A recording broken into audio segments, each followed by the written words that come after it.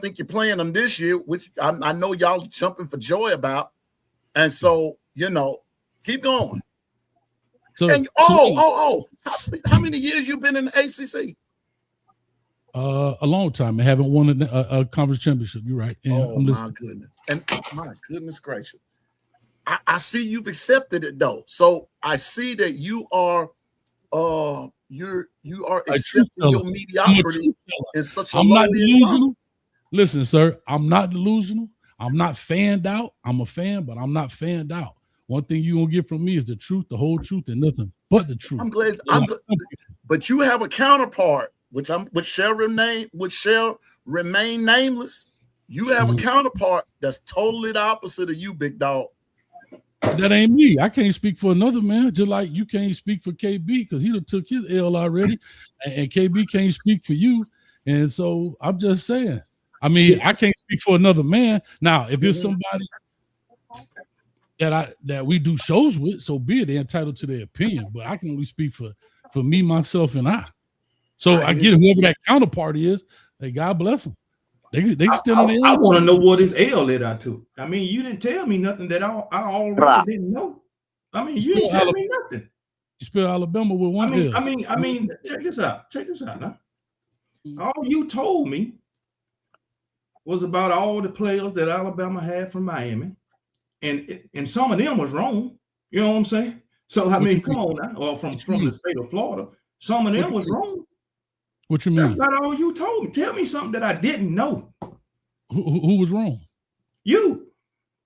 I'm saying you said some of them were wrong. Some of them players that you said was from Florida was wrong. Tyler Booker ain't from Florida. Where's he from? Tyler Booker from shit. He ain't from Florida. I do know that. Where he from? Let me go to my copious notes. Let me go to my copious because you did your research. Hold on. You did your research before the show. I didn't get to do that. That's your fault. So I went and did my research and fact checked you. That's what I did. But let me go to my copious notes. Hold on. I'll tell you the players that you said was wrong, okay? You never seemed to be prepared. You knew you was coming up here. You should have grabbed those notes. But here's what I will say. I didn't know I was coming on here. Hold on. Ask Pianoman, did I know I was coming on here? No. What I'm saying is you came in the chat. He said, check your email. So at that instant, you knew you saw me up here. You was coming. You should have grabbed your notebook. Prior to that. No. Prior to that, you knew you was coming because you talking about lies. But he from Connecticut. That's where he from. Where you graduated from? You want that? I don't give a damn where he graduated from. You said he was from Florida. He is not from Florida. Oh, okay. But now let me ask you this. Look, check this out. I graduated college in North Carolina, but I ain't from North Carolina. That's college. Coach Hay, let me ask you. It's school. Let me ask you a question, Coach Hay. Now, hold on, Pianoman. You said Bo Scarborough was from North Carolina. Bo Scarborough from Utah, Alabama. I didn't say North Carolina. You said from Florida. You said it from Florida. He's from Alabama. You said Dylan Moses was from Florida. He's from Baton Rouge, Louisiana. You said Michael Carroll was from Florida. He's from Pennsylvania.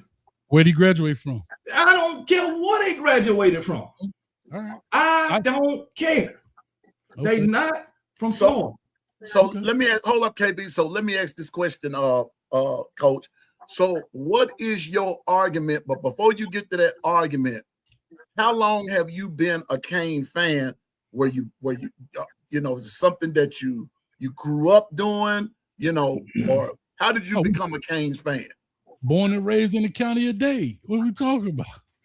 Oh, see, I didn't know. I didn't know. Because you got a lot of transplants. You see what I'm saying? You got, because I'm gonna be honest with you. Everybody love him. Hey, Coach. Now, where I'm from here in Mississippi, there are quite a few Canes fans up on my end. True it is. Quite a few of them. And when they see me coming, they take off and start running. You know why? National brand. Because they can't stand that tide. Let me ask you a question. Now, you from Mississippi or you just live in Mississippi? I'm actually from West Virginia. Why you not a Mountaineer? Because I lived in Mississippi longer. So then why you not an Ole Miss or a Mississippi State Bulldog? Because that's my choice. Because I was like in They Alabama trash. before. Anyway, I go liked ahead. Alabama before I left West Virginia. Next question. I'm asking. I'm trying to figure out what drew you to Alabama, not being from there. Most people are fans of the team in which they're around. Like I'm a Miami Dolphins fan. I'll be glad to I answer that don't question. switch out. I don't go to the team that's winning at the time because I'm excited. I'm the home team. Like some people go, like you say, transplants. I get it, and I don't knock people for it, but I'm just saying, born and raised in the county of Dade, if you understands what I'm saying.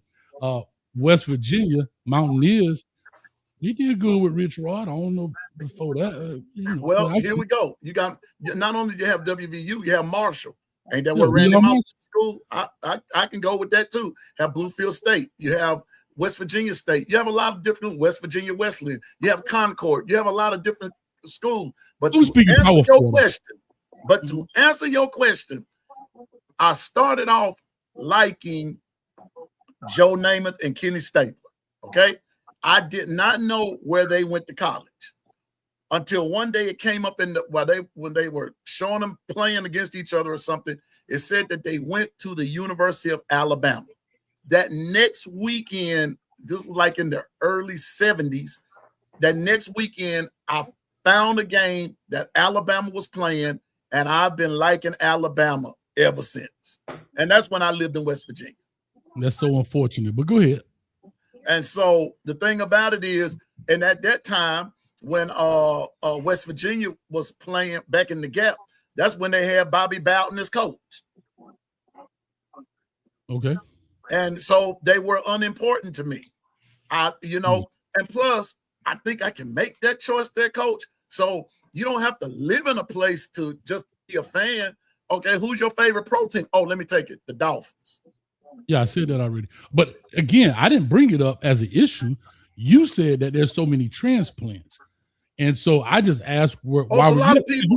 What I mean by that, there are a lot of people that don't live in Miami, coach, that are Canes fans. Just like there are a lot of people that live in Mississippi here that are Dolphins fans. I know, because my whole point is because everybody loves a winner. That's all I'm trying to say. Oh, well, they need to come off. They need to stop playing for Miami. They need to start rooting for Miami and the Dolphins too, and the Heat too. But I ain't no switch. Again, I can speak for me, myself, and I ain't no switch out. I'm a Miami Hooters fan. I'm a Florida Panthers fan. You say you're a Miami Hooters fan? That's right. That was an arena football team. You understand? I thought you meant the restaurant. Hey, yeah, that's what it was named after, because that's who owned it. But anyway, restaurant. And if you didn't know, Hooters was started in Florida, just to give you some background.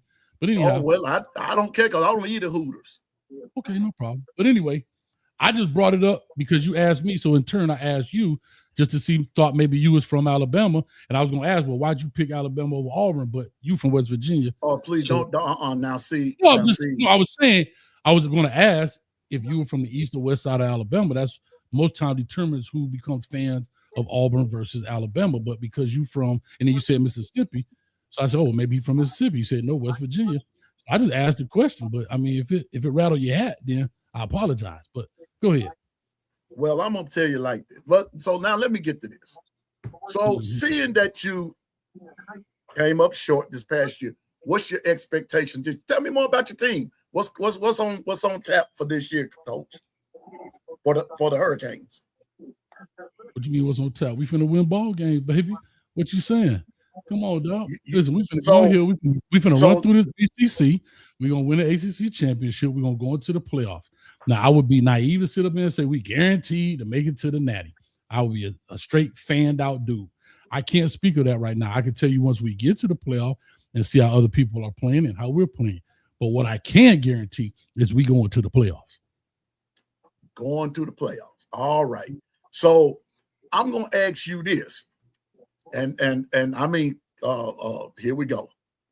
Now, if you had to lose a game, if there was a loss on looking at your schedule, which is so very easy, it's not as easy as an algebraic equation. But I get you. Whether it's commutative, distributive, or associative, whichever one you want to choose. I like that. I like that. Which one? Which game? Which game is going to be your hardest game? Probably the Notre Dame game, November 7th. Okay, and which game will be your trap game? I don't know, and I'm gonna just call it what it is. I don't believe we should have a trap game. We got more talent than everybody in the ACC. We've spent more money than anybody in the ACC. I don't think we should have a trap game. Now, do I think that how hard it is to go undefeated in college football, period? Anybody can be knocked out at any given moment, right? We saw Buster Douglas knock out Mike Tyson. So it can happen, right? Nobody in their mama would ever thought Buster Douglas would have beat Mike Tyson, right? But it does happen. However, with that being said, trap games to me are games where, and again, I'm speaking before the season being started with the transfer portal, NIL and everything. We don't know who is instantly getting better, right? But because I don't follow all of the teams in the ACC. However, even with that being said, I don't think there is another team that has gotten better faster than Miami has in the ACC. Maybe, and I don't consider Clemson a trap game. They didn't play as well last year. I think they're still a formidable opponent. A trap game to me would be like losing to a game you shouldn't lose because they're going to come up. We don't play a Louisville. We don't play a North Carolina State, I believe. We don't play some of the teams that's been thorns on our side. So really, we don't have an excuse in that sense. Let me ask you this. Don't y'all do y'all play? Is it wait a minute. It's a game I was going to ask you about, Coach. Just a second. Let me see. There's a game that I wanted your opinion on. Here we go. Coach. Mm-hmm. I'm sorry, we do play North Carolina, not North Carolina State. Right. Okay, nah, y'all don't. Okay, I got y'all mixed up with someone else. But okay, I see. I don't. Yeah, and you're exactly right. I think your two hardest would be because you're on the road to Clemson, and we know Clemson is going to play you tough. We know Clemson will play you tough, which I still think y'all gonna beat them. I believe that. I think y'all will win. But I can see you saying Notre Dame, and after that, it should be all systems go until you get to the ACC championship. Now, who do you see just from your best, just from Coach Haynes' perspective, leaving Miami out because I know you feel you're going to make it. From the other side of the scale, there, Coach, who you gonna play in that ACC championship? Well, typically in the ACC, it's one of three teams, right? It's either going to be Miami, Florida State, or Clemson, right? Florida State is kind of in the trash. I don't think their quarterback, the guy they got coming from Auburn, is going to be much. He may. I don't think so. SMU has come in. We don't play them. And Clemson, I think, is going to be better. I think Dabo understood that he almost made a catastrophic error by not participating in NIL and transfer to the extent everybody else had. And I think he corrected himself before he stuck to his pride. So I think Clemson may be better than they were last year, right? They had a pretty down year.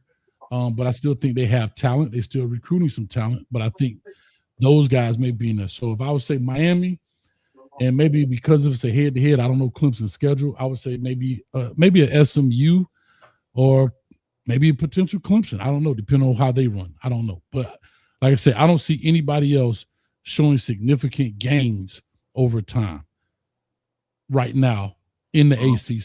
I don't see Stanford. I don't see Wake Forest. Again, and here we go. We look at Wake Forest. Nobody think about them, but they were middle of the road in the ACC. Hell, Duke won the ACC championship, and they were the fourth best team in the conference. So, other than that, it's kind of up to grab because all depends on who you lose to, who you might win to, So, I hear you, Coach. And you know what? I'm glad you put it that way, because nobody knows how any of this. We just, like you said, just state our opinion, you know, but we won't know until the kickoff, and then we take it 1 week at a time. Because, Coach, I always have this, and everyone else will tell you, I have X factors. I have X factors. What is your X factor as far as Miami goes on both sides? Well, on all three phases of the ball: offense, defense, special teams. What are your like? If you have 3 X factors, what are your X factors for Miami? You mean by position, like a particular player, or what are you asking? Like, I'm not asking. When you say X factor, what does that mean? You talking about narrow? Okay, like for me, my number one X factor, Coach, for as far as Alabama goes, going to be injuries. Injuries. I'm on both sides of the ball. Injuries, because I look at depth charts, I look at all kinds of stuff. If the depth chart is not like I'm not going to say deep, because it could be deep, but if those players don't look like they're going to bring the same intensity, that those injuries become a particular X factor, especially when that number 2 comes in and doesn't fulfill with the same intensity or somewhere close by. So my number 1 X factor for Alabama on both sides of the ball will be injuries. That's what I mean. Or another thing I would say will be like the O-line or the D-line or the DBs or something like that, by position, or you can even do player, however you form your X factors. Well, I'll just say this. For the X factor you just gave, be honest with you, that's an X factor for every team in America, from NFL to college, high school, and Pop Warner. When you lose your first team, whoever, there's a reason they're first team. There's a reason the other person's second team, unless it's rotational. So X factor is, I think that's the X factor, the way you put it. It's for every team. You lose your quarterback coming up this year at Alabama, it ain't going to be the same. It might be, right? Like we go look at Ole Miss, for example. You had Austin Simmons went down, Trinidad Chambers, nobody knew about, came in, and then it saved the day, right? So those things could happen, but it easily could go the other way. However, so that X factor, I think, is across the board, in my opinion. For me, X factor for us in Miami, I really believe, see, a lot of people want to put this on Malachi Tony, and I believe that Malachi Tony, as I so eloquently put against Kangaroo Black, was he may have a sophomore slump, but it won't be due to his lack of production like Williams was because of the dropsies. It'll be because of protection. I think most people go through that, right? The surprise factor is not there anymore.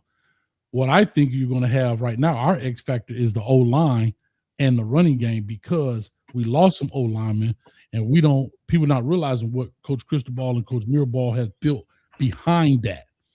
So our running back room is stacked. I think it's still intact. I don't think we even lost anybody from our top 3 or 4 running backs. We still got Fletcher. We still got Marty Brown. We still got Jordan Lau, came back off of the injury. And we still got, Lord, what's the other young man name? Fletcher, Marty Brown. Lord, I'm trying to pull the KB. Let me check my notes. But anyway, I'm just saying our running back room is good. I think our O-line, a lot of people question. Second is our linebacker room on the defensive side. Been a lot of question about our linebackers, right? We got 2 super veterans at linebacker. Muhammad Toure, been in college 6-7 years, I think. And Chase Smith been in college 5-6 years. So between 2 of them, they got 11 years of college experience, dog. And if they ain't playing at a high pace, then we got a problem. You know what I'm saying? That's just my opinion about it. Pringle, thank you, sir. Pringle. And so I think those guys, and then again, defensively, I still think, I know we lost 2 guys in Mesidor and Bain, but I still think our pass rush will be highly effective. But we don't have to blitz guys all the time and create that 5th guy into the passing, into the rush lanes where 4 can get it done, and we can drop 7. So y'all, according to Athline, you all have 6 returning starters on defense, which is pretty cool, which is pretty important, because that means that those players that were not starters, they have someone to lean back on, or someone to teach them even as they play. There are mentors on the field. So, you know, I can understand why, and I hope, you know, for those that are Bama fans, please don't misconstrue what P's saying right here. But I'm about to say something. It makes a lot of sense why in some of these magazines and everything, why Miami is ranked as high as they are.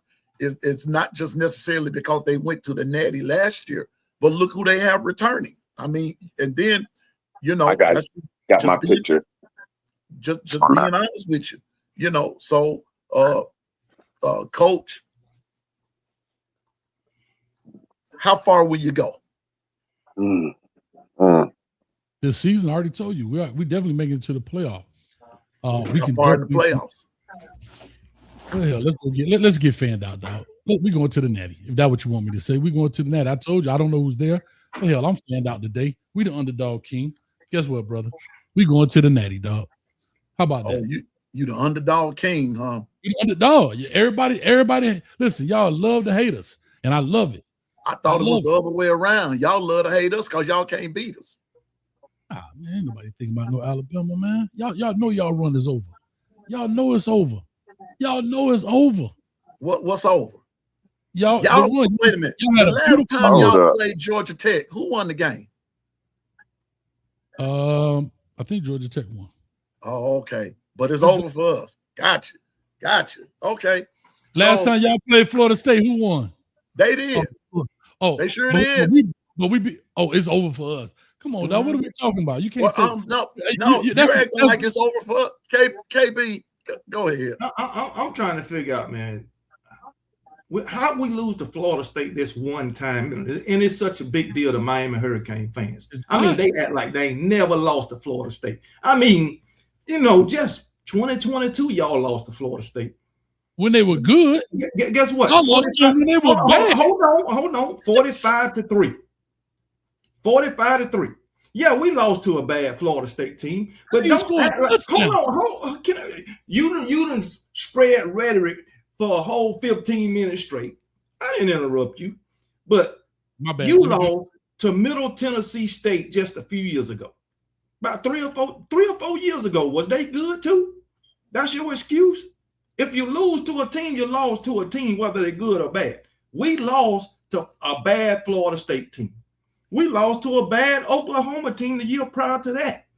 But for fans to say Alabama run is over after they win 11 games, the run is over after you win 11 games. The run is over after you make it to the playoffs. The run is over after you get a playoff win. Because we got beat, 38-3? The run is over. Is that why the run is over? Is it because we lost to Oklahoma 2 years in a row? Is it because we lost to Florida State? Is it because we lost to Vanderbilt? How is the run over? Because we ain't winning at the rate that we was winning with Nick Saban? Is that why the run is over? Or is it over because we got a 2-year head coach? How is the run over in your mind? How, as you said, Coach Kalen DeBoer, in your opinion, is a bad fit. Mm-hmm. But you gave me every excuse in the book that Mario Cristobal wasn't a bad fit for y'all when in his first 2 years, when he had a 12-13 overall record in his first 2 years. But a man with a 20-8 record in his first 2 years is a bad fit. Coach Kalen DeBoer is doing better than Mario Cristobal at this point in Mario Cristobal's tenure at Miami. So who's to say Coach Kalen DeBoer in year 3 can't be in the national championship game, can't go deep into the playoffs? Who's to say that if you go by Mario, if Mario Cristobal wasn't a bad fit at freaking Miami? He went to the college football national championship in his 4th year, right? Mm-hmm. 4 years after going 12-13 in his first 2 years. So what make you think Coach Kalen DeBoer can't do the same thing? And guess what? Coach Kalen DeBoer ain't going out there spending millions of dollars trying to do it. He trying to develop players. You saying he ain't trying to develop players? what quarterback he done went out and spent $4 million on? What linebacker? Huh? What offensive lineman? What wide receiver is he giving $4 million contracts to, or Alabama boosters? Alabama don't do that. For you saying he's not developing players, he just. May I ask a question? Hold up. I never said he didn't develop. Yeah, but when I said Coach Kalen DeBoer is developing players, you had a smirk. You look sideways. I smirked not because it said developing players. It was what you said prior to. What, that we ain't spending all that money? Yeah. We ain't paid nobody $4 million. Name one. Come on, man. You Mario Cristobal. I don't want to interrupt you because then you told me Mario Cristobal done paid 3 quarterbacks in a row. He don't develop quarterbacks. Now, mind you, those quarterbacks that the previous 2, they done did pretty damn good. What's the name? Cam Ward got you 10 wins. Georgia quarterback Carson Beck, who Georgia developed, took you to the national championship. Just fell a little short, you know what I'm saying? But my thing is, how is Coach Kalen DeBoer a bad fit for Alabama at 20-8, and Mario Cristobal wasn't at 12-13? It ain't about where you're from. It ain't about where you're from. Because guess what? Every new coach bring their own system. And every new coach gotta have time to get the kind of players that fit their system. Because guess what? Mario Cristobal inherited the players that Mark Richt had, right? Just like Coach Kalen DeBoer inherited the players that Nick Saban had. You might say, well, he was given all these 4 and 5 stars, whatever. Those 4 and 5 stars fit Nick Saban's system. Some of them probably run the right fit for Coach Kalen DeBoer's system. Just like when Mario Cristobal got the players in there that he felt fit his system, then he got rolling. So now Coach Kalen DeBoer got the players right now to fit his system. So how we know that Coach Kalen DeBoer can't be at a national championship game in year 3 or year 4? It's all speculation on the haters' part, because I think he can. Okay, I'm trying to answer, but you keep stating the same thing 4 different ways. No, answer the question. I'm trying. Let me go back, because you asked me about 7 different questions in your soliloquy. No, I only asked one really. No, you really did. You said, how is it that Mario Cristobal did this with a 12-13 record versus Kalen DeBoer, who's 28-3? 13, 12-13. Yeah, I did. Go ahead. Yeah. And my simple response was, Kalen DeBoer walked into a cupboard that was not bare. He walked into a team full of players. He walked into a situation that was great, established, and all he had to do was not wreck the car. Unlike Mario Cristobal, to bring this up to you, who's coming into a bad situation. Yes, we lost to Middle Tennessee State. Is that acceptable? By no stretch of the imagination. But prior to his tenure, Manny Diaz and them lost to FIU and La Tech. That goes to show you how bad it was. But like Mario Cristobal, who lost to Middle Tennessee in his first year. Mom, put something behind your neck so you can really relax. You lie. I ain't even want to put his business out there. Unlike Mario Cristobal, talk about that. His first year in Miami, lost to a G5 program. Well, I'll be damned. Nick Saban lost to a G5 program in his first year. Yeah, he did. Taking over a bad program to ULM. And he had to build that thing up. What I'm trying to tell you is, see, you're talking about a coach that walked into a ready-made system. Now, if you want to compare Nick Saban and what he did walking into a bad Alabama program that was terrible, right? That lost to ULM. And then prior to that, I think it's kind of very similar. As I sit here and look, the previous year, guess what? They lost to ULM again in 2006. And then let's go 2005. Let's go back prior to. Them boys was not really all that bad in 05. And then it got real bad in 04. Y'all boys was losing all type of games, right? Right. But then when Nick Saban came in, he took that L, as did Mario Cristobal. but nobody want to bring that part up. Nobody wants. No, y'all want to make the comparison of Mario Cristobal walking into a bad situation of 20-some years that y'all love to say, and you are 100% accurate. And he turns it around. Nick Saban walks into Alabama, lose to the ULM, right? And turns that thing around. Kalen DeBoer walks into a ready-made system. Okay, I got may not be all the players that he exactly wanted, but I guarantee if we really did a deep dive, the same kids that's on his team, that's on the Alabama team, when he was at Washington, he probably was recruiting them just as well. So but you got to understand, a lot of those players left that was on Nick Saban's team. Some stayed, but a lot of them besides Josh Downs, who else left of real caliber? Caleb Downs? Caleb Downs, excuse me. Besides I can't remember everybody. I can't remember everybody that left, but several players left. Roydell Williams left. Earl Little Jr. Brooks left. A lot of them left. But why? Why did they leave? Why did they leave? I'm asking, why did they leave? A lot of them came there because of Nick Saban. Caleb Downs said it himself. He came for Nick Saban, and when Nick Saban left, he was asking himself, why am I here? He said he just stayed out of his own mouth if Nick Saban wouldn't have left. Now, for you to say, hold on. No, but I want to still answer your question because you're going to something else. Again, I'm just answering your questions as you gave them.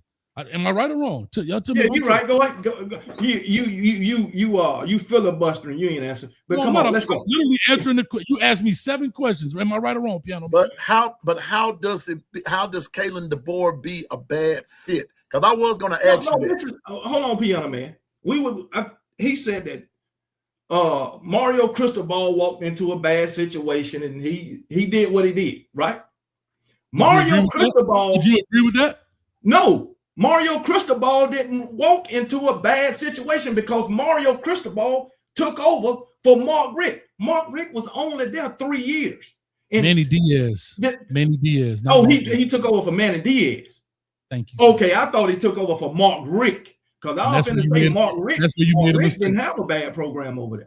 And that's where you made a mistake. But Diaz did though, right, Coach? Diaz what?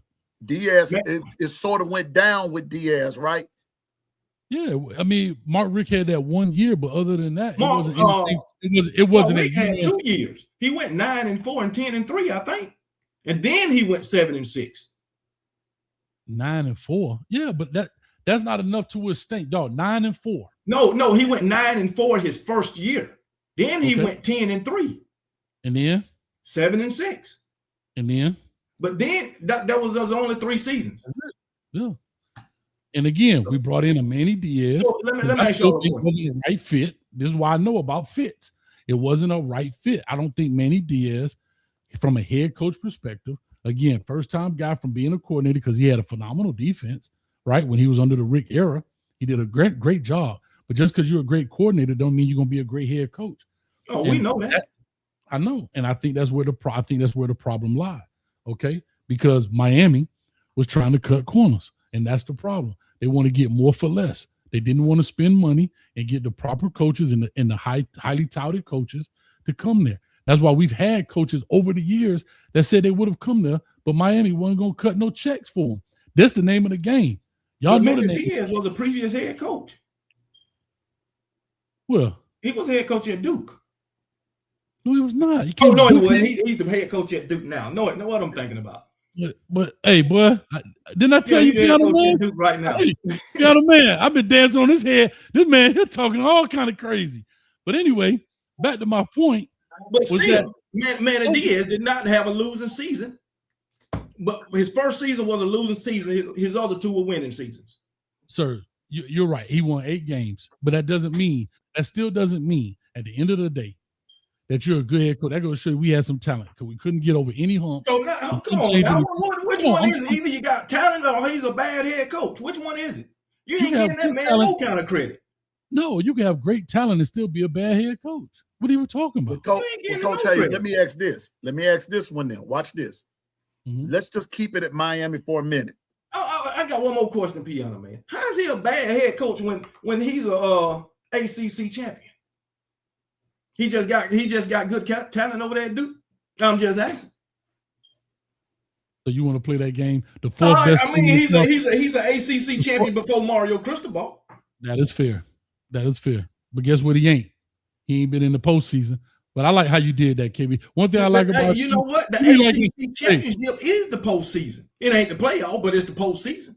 He just ain't been in the playoff. But you can look at it this way too. Mario Cristobal and Miami ain't been to the playoff but one time in the playoff era. There's a lot of head coaches that ain't been to the daggone playoff. And look what he changed. Think about it. Think about that. In 2 years, you had 5-7, 7-6. 4 years. No, I'm saying it took him 4 years. Don't cut it off. It took him 4 years. I'm talking about you turn it from that 5-7 to 7-6, then you go 10-2, and then you in the playoffs the following year. That's when he started buying players. That's when he started buying all those freaking players. Like everybody else. And speaking of buying, when you say Alabama don't spend money, well, I'll be doggone. Here go they 8th in spending this year. No. The thing I do about it is I fact check in real time. I ain't got to wait 3 days. They 8th in spending in 2026 in NIL. Alabama spent $37.2 million. I know that. I just said they 8th in spending. You said they ain't spending money.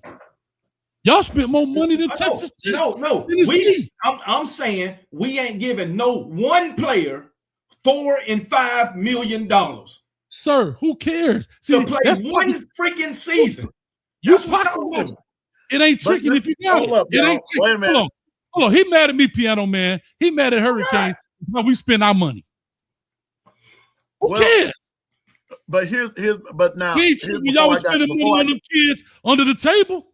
Before I got cut off, that's speculation. I'm going back to you, Coach. I'm coming back to you. You were talking about a bad fit. Let's keeping it with Miami, and you said you've been a Kane fan all your life. Name all of the coaches that were the right fit for Miami. The ones that won the Natty, the other coaches. Listen, I'm gonna tell you why. Because the ones that let me explain.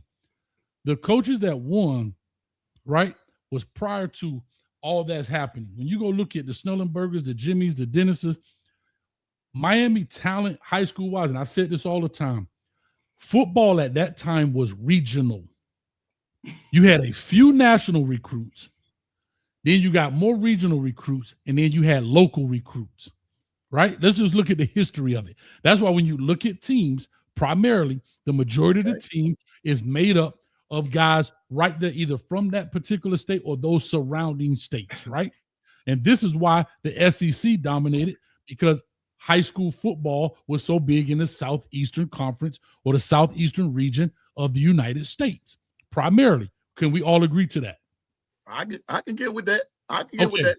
So when you had conferences that were created, it ain't like it is today where we got Cal coming from California all the way across here to be in the Atlantic Coast Conference on the Pacific Coast. So prior to that, you had teams that were saturated with this kind of talent, the same way you do in basketball. Teams probably from the Midwest or up north were better in basketball. I'm gonna go real history. Primarily due to weather, they play inside in the gym. That's why Southerners don't play basketball much. We football, we always outside. But I'm not going to go down that road. So that's why you had those kind of teams. Now, what happens is now exposure comes into play, and I'm a part of this. Now that kids in Florida, South Florida especially, could go beyond the University of Miami and see Alabama's, Tennessee's, North Carolina's, and all the money, LSU's. And I'm a part of taking majority of these kids to those places. They're like, what the hell? Because if you don't know any better, you don't know any better, right? You don't know what you don't know. So what you saw at Miami, they had linoleum floors, leaks in the roof. You thought that was everywhere. So why not play at home? And it wasn't the thing of the internet where games are all over. You had 4 channels. Let's call it what it is now. Am I right, Pianoman? So you want to play in front of your family. Traveling ain't like what it was. Ain't streaming. So these guys stayed home. Now, exposure leads to expansion, right? Shout out to Fred Taylor. These kids do what? They get to see stuff. Like, what in the hell? I went to Tennessee, bro. They got waterfalls and shit. Clemson got a lazy river and all this stuff going around here. They got all, remember, that was the whole arms race. How much money could you spend in facilities? That was the big recruiting push, right? Oregon started with the uniforms and all that. Miami was spending nothing. When I tell you it was Texas high schools looked better than the University of Miami from the 90s all the way up into the 2000s, right? So these kids decided to go off. Now, this is where I give Nick Saban credit, which I've done plenty of times on my channel. When he got the head coach job at Michigan State, he understood the value of Miami and South Florida players. Starts off with a guy named Cedric Irvin. Comes and gets Cedric Irvin to go to Michigan State. Robert Flagg, Michigan State, right here. That's on my wall. Terrell McGill goes to LSU. He understood the value of South Florida players, right? I'm just telling you about a particular region, all right? Now, watch this. As that goes on, and this is why I give Nick Saban the GOAT status. As this goes on, he leaves there, goes to LSU. He keeps the thing alive. He's bringing, I ain't going to tell you how he brought us there, but I know he brought us there, and that ain't speculation. Anyway, he gets us, all our kids are coming. No documentation. From South Florida.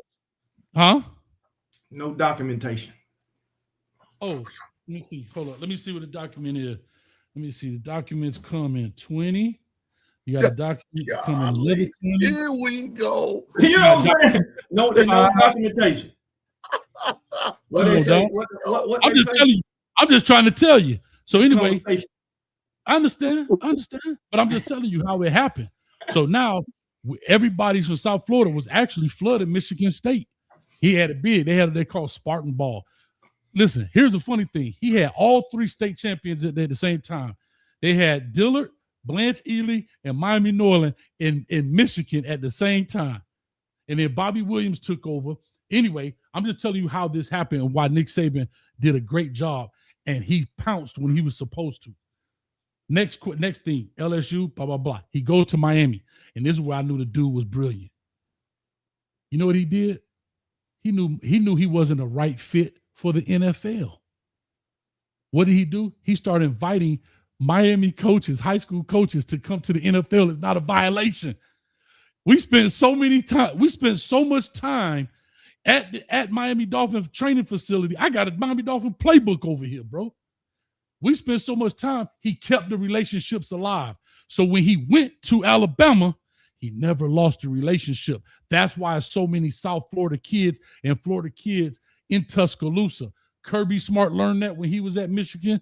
At LSU with him, followed him to the Dolphins, and then went on over there to Alabama. Muschamp, same thing. James Coley, guess what? That was the offensive coordinator when we was in high school. Shout out to James Coley in the building, right? He was our offensive coordinator when we won the state. I was the defensive coordinator. I'm just telling you, he understood the ties of this thing. That's why all of this fluctuation has happened, okay? I'm just giving you a little history lesson. Maybe y'all didn't know the history of Saban and why things are, okay? I'm just telling you. I like the way you keep bringing up South Florida, in connection with Nick Saban in Alabama. I understand. I know that because I'm trying to go to tell you why we're talking about bad fit. I'm going now to tell you how bad is not the reason why Nick Saban was as successful as he was at LSU and Alabama. You won a natty at LSU. I understand. I know that all the players from South Florida, players from Alabama, players from Louisiana, players from the state of Georgia, players from Maryland, players from New Jersey, all of them was responsible. South Florida players. Okay. I'm just saying, South Florida players can't take 70% of Nick Saban's success at Alabama or LSU, or 70% of his success. Are you serious? Let me ask you a question. Let me ask you a question. Look, on any given team, as I said, South Florida, you only got 2 or 3 South Florida players on the field. Yeah, they contributing, a lot of them in a big way. But you had several South Florida players and players from Florida that was on that team that never touched the field. But you don't. Come on now. That's fine. That happens. Everybody, hey, listen, every dude from Miami ain't a gangster. Every dude from Miami ain't sell cocaine. That don't mean everybody a G. Oh, so all the players on the field weren't gangsters either from Florida. You're right. And everybody that came from Alabama wasn't a gangster. Everybody that came from Connecticut, you're right. But I what mean, Nick come on, understood man. and what the nation understands. I'm not going for that. What Nick Saban understood and what Nick Saban understands. So guess what? I don't think Trent Richardson was from Florida. Trent Richardson was from Florida. But you know what though, KB? I see which way. But Derrick Henry was, and I ain't bring him up. Yeah, I know he was, but I didn't even bring his name up. I know he was. You live in Florida. I know that.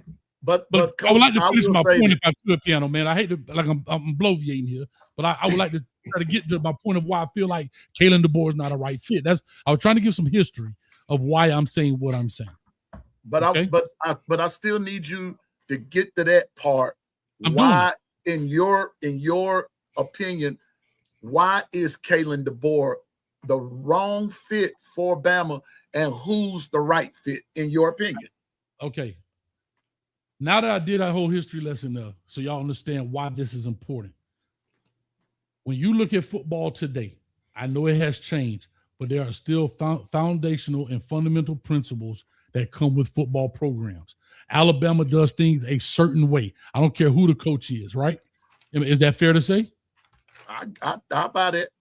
Oregon does things a certain way, no matter who the coach is. Is that fair to say? Okay. Miami, Michigan, all teams, all of them have a certain persona about the program. Thank you, Oklahoma.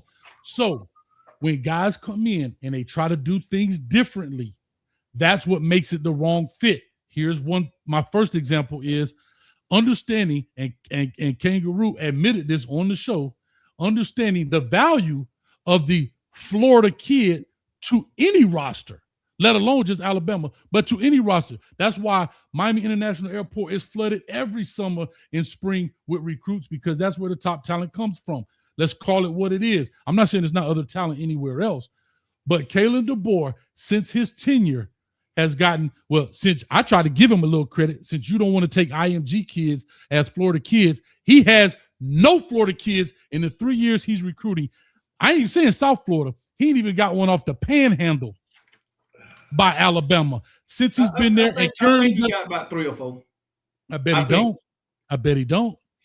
And I guarantee you, and right now, unless somebody committed today, he ain't got a Florida kid committed yet. I'm talking about the state of Florida, not South Florida. Since he's been in Alabama. Since he's been in Alabama. Okay. How many he got? And so because Coach, what you're saying, and I'm not trying to put no words in your mouth, because let me just be honest in chat. Y'all know me. I'm going to give credit where credit is due. Coach Hayes, all of that, what you were talking about, Coach Saban and everything, I honestly did not know any of that. I really didn't. I didn't know about his connection. I heard you talk about it, but today was the first day that I've actually heard you go into detail about his relationship with South Florida, with the Miami area. Let me put it like that. I'll put it like this, not to interrupt you. This is why I know people are bad fits. When we going back to, so when I say why these coaches bad fit, I saw Nick Saban more at Miami Norland Senior High School than I saw Larry Coker. For that kid, Dwayne Bowe, Terrell McGill, Ali Highsmith, and the rest of them. I saw Nick Saban, that same pink coat that he wear at our school, coming through the back door. Coach, let me tell you something. We got to get the best kids. Guess what? I saw, and this is why I know it's important, Will Muschamp got the job at Florida. The day he got hired, guess where he showed up to?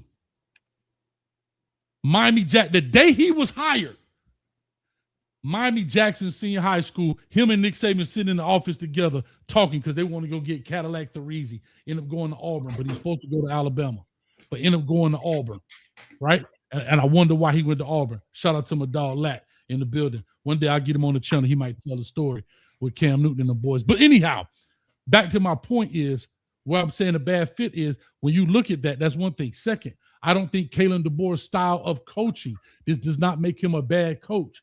It's the bad fit. It's not an Alabama way. I brought up Rich Rod at West Virginia. Since you're from West Virginia, I appreciate you. Did a phenomenal job with Pat White and them boys, right? Off the doggone heezy. Goes to Michigan. He tries to get his same type of kid in Denard Robinson, right? Shoelaces. And guess what? Crap the bed. It ain't Michigan's way.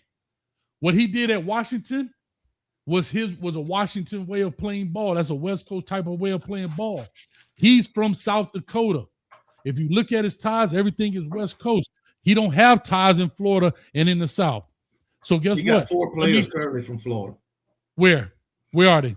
He got Ivan Taylor. From where? What year was that? He on the team now. I'm asking, what year did he get him? Ivan Taylor came last year. When did Kalen DeBoer get there? Kalen DeBoer got there in 24. So hit the 24 recruiting class or the 25 recruiting class? No, I'm looking at the roster 2025. Ivan Taylor from West Orange. I'm looking at it right here. You got Ivan Taylor. You got Zay Mincy. Where he from? Zay Mincy from Daytona Beach. Okay. I think he went to Deltona, if I'm not mistaken. You got London Simmons. 3 dudes. Flowood. Well, he went to no, London Simmons ain't, but Keon Sal. Keon Sal. That's a player? Yeah, he's a defensive back. He was with him at Washington. Okay, dog. You're right. Keon So Sal. He was with him at I Washington. thought Keon Sal was at Michigan. Yeah, he was out there. Keon Sal was at Michigan, then he Yeah, transferred. he was at Michigan. Yeah. Oh, yeah. I remember. But you got a couple of guys. So we'll say So 2 what of I'm them. telling you is, Ivan Taylor and you look at it, what's I'm his trying to answer your question. So when you look at why I said a bad fit, as I look at them, I don't see Alabama style of football, because I sure enough saw somebody on video throwing their hat down. See, there you go. You always want to bring up old stuff. Look, man. I know. Well, you bring up old stuff, how bad we was 20-some years ago. I don't think. Let's talk today. Hold up. What I'm saying to you, Pianoman, hold on. What I'm saying is, and I know Pianoman, and I know KB, and I know Bishop, and everybody in the sound of my voice. When you watch Alabama football, whether it's Nick Saban era or prior to, it's not Alabama style. Y'all know that, and I know this. Tell me, hold on, Pianoman, would you agree or disagree? Is it Alabama style of football where you run the ball 6 times in a game? No, that's regardless. not the style. That's Okay, not the blueprint. We can all agree with that.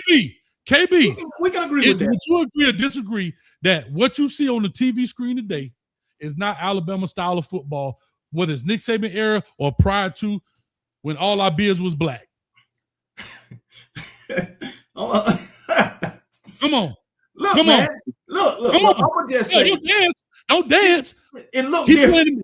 It looked different. All right. And different doesn't mean bad. What I'm telling you is it looked different at Michigan. You're right. It ain't Alabama style of football. It looked different at Michigan. I'm gonna go ahead and be real with you. that. It ain't Alabama style of football. It ain't the style that Alabama fans are accustomed to. Exactly. And guess what? I can say that. That right there is the same thing. When you go look at Brian Kelly was a bad fit for LSU because what they did at Notre Dame was not LSU thing. Brian Kelly went to LSU because he thought he was going to have better resources, which he did. More buy-in. But change can be good, but it better fit. Guess what? I love Holly Berry. She know how to cook. She ain't a right fit. Can we admit this? Can you admit this, Coach Hayes, that the previous 3 years before Coach Kalen DeBoer, did Alabama football look different? Was Alabama playing Alabama football 3 years prior? I think the biggest thing that hurt y'all was y'all offensive coordinator. One thing Nick Saban had prior to, and this was a great blueprint, as people like to say, the rehab for coaches. Nick Saban, and I'm telling you, now we can get into the NIL talk, but that's not what I'm talking. I'm just talking strictly football. Nick Saban understood and knows what he doesn't know. One of the things I heard him say, and this is brilliant now, Nick Saban, we used to go to the camps there, and he was doing talks. He says he only takes 10 high-profile dudes a year. That's it. Meaning ball players, but a-holes, if you understand what I'm saying. But you know what he did? He went and hired the 2 top high school coaches in the state, and that's their responsibility. You got 5, and you got 5. And I bet not hear nothing about them not being in class.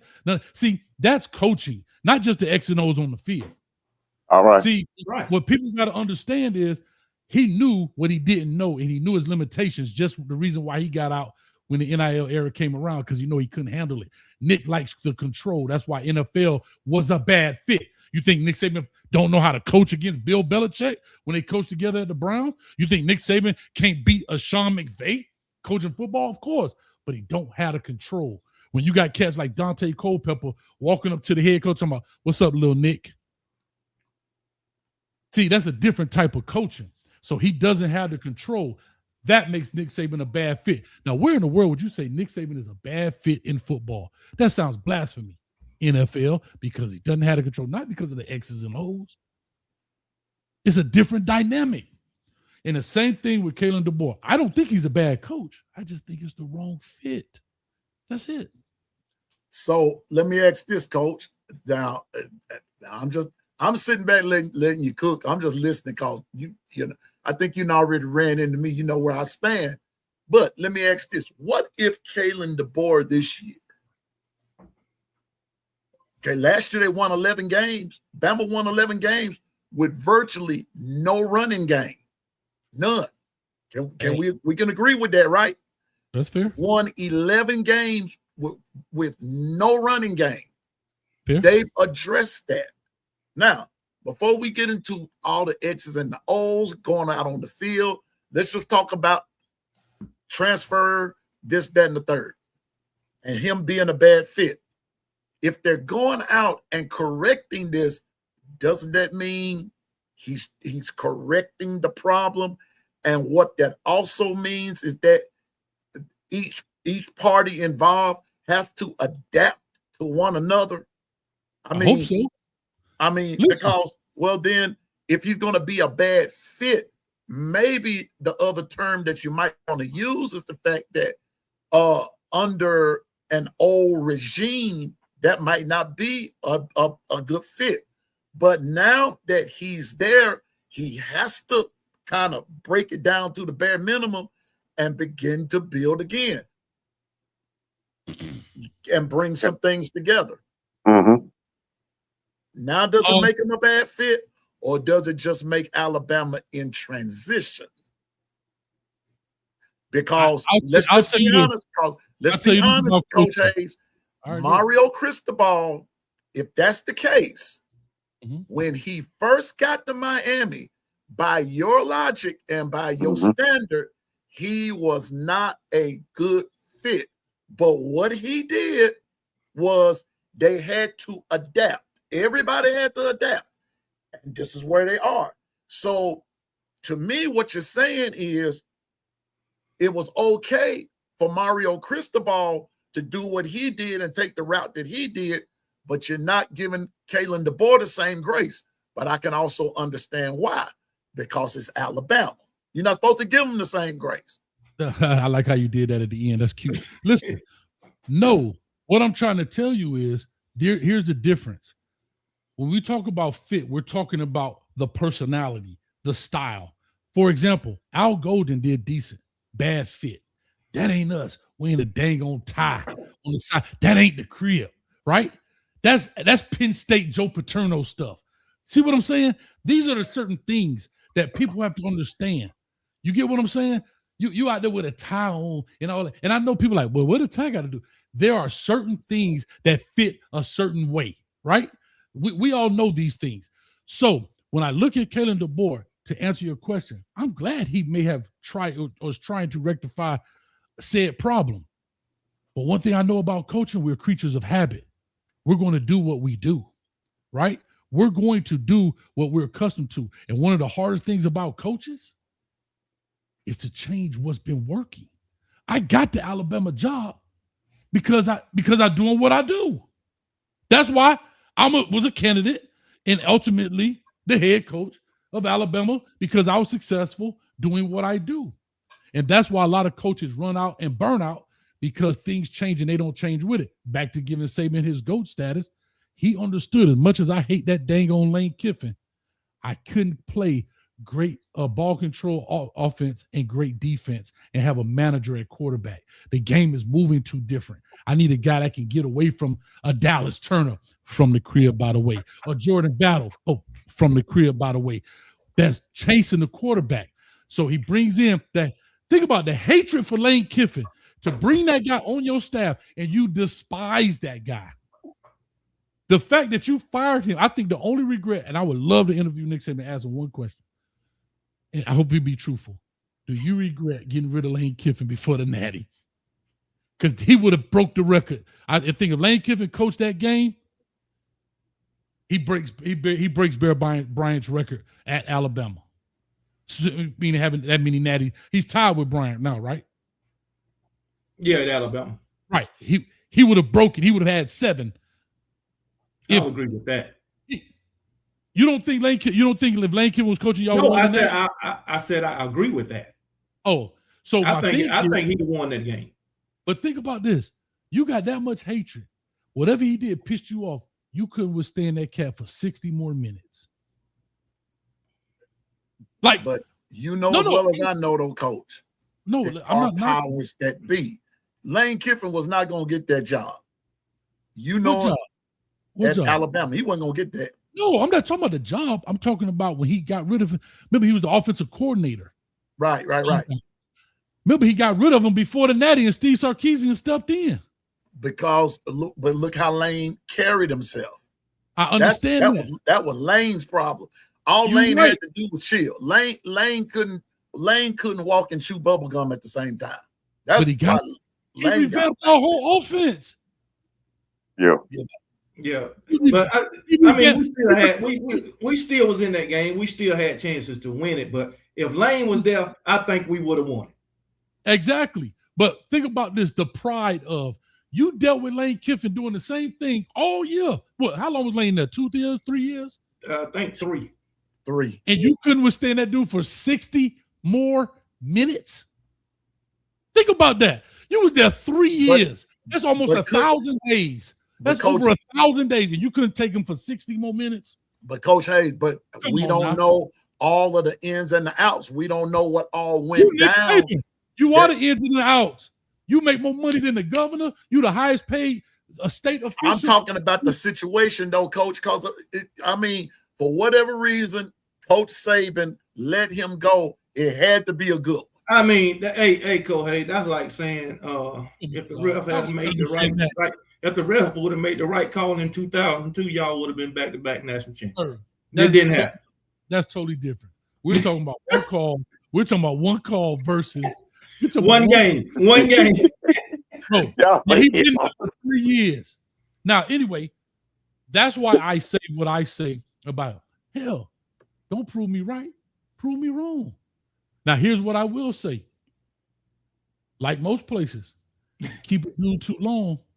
Your program will be in shambles, and that's what I did about Florida State last night.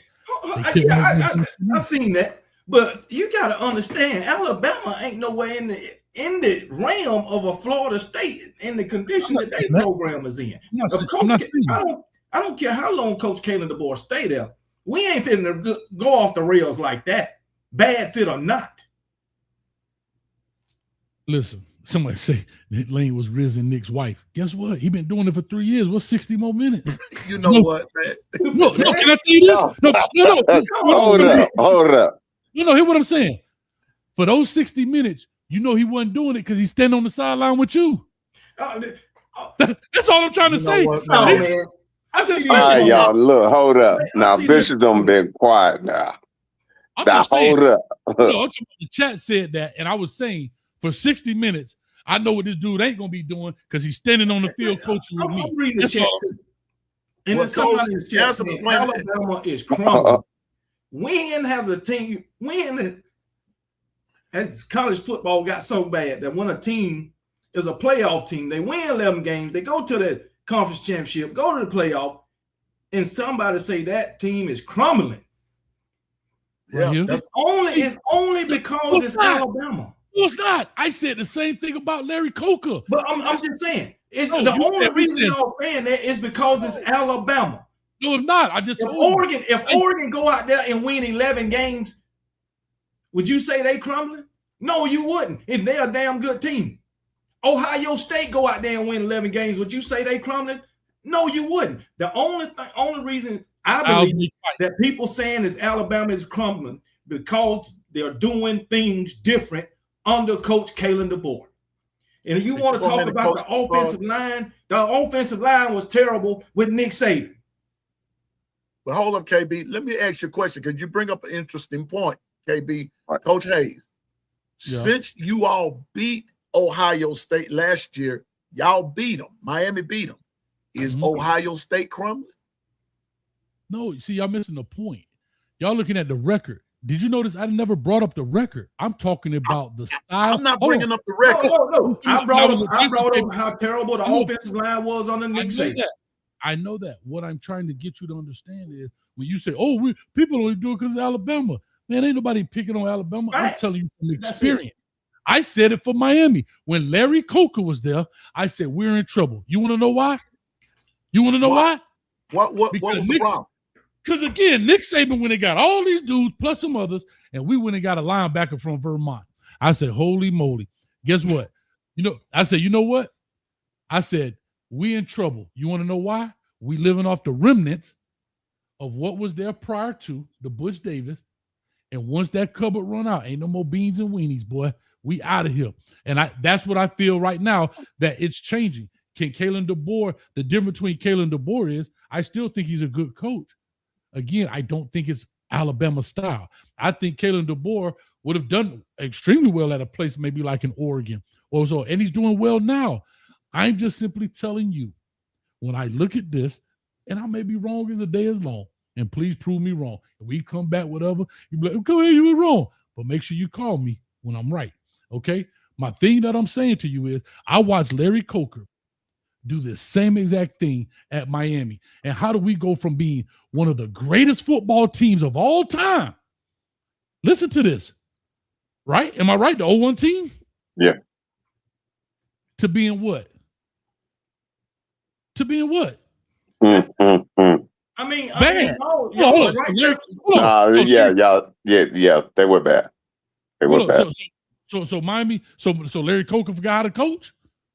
No, it's about players. It's about getting what happened though, coach, that caused them to be that way?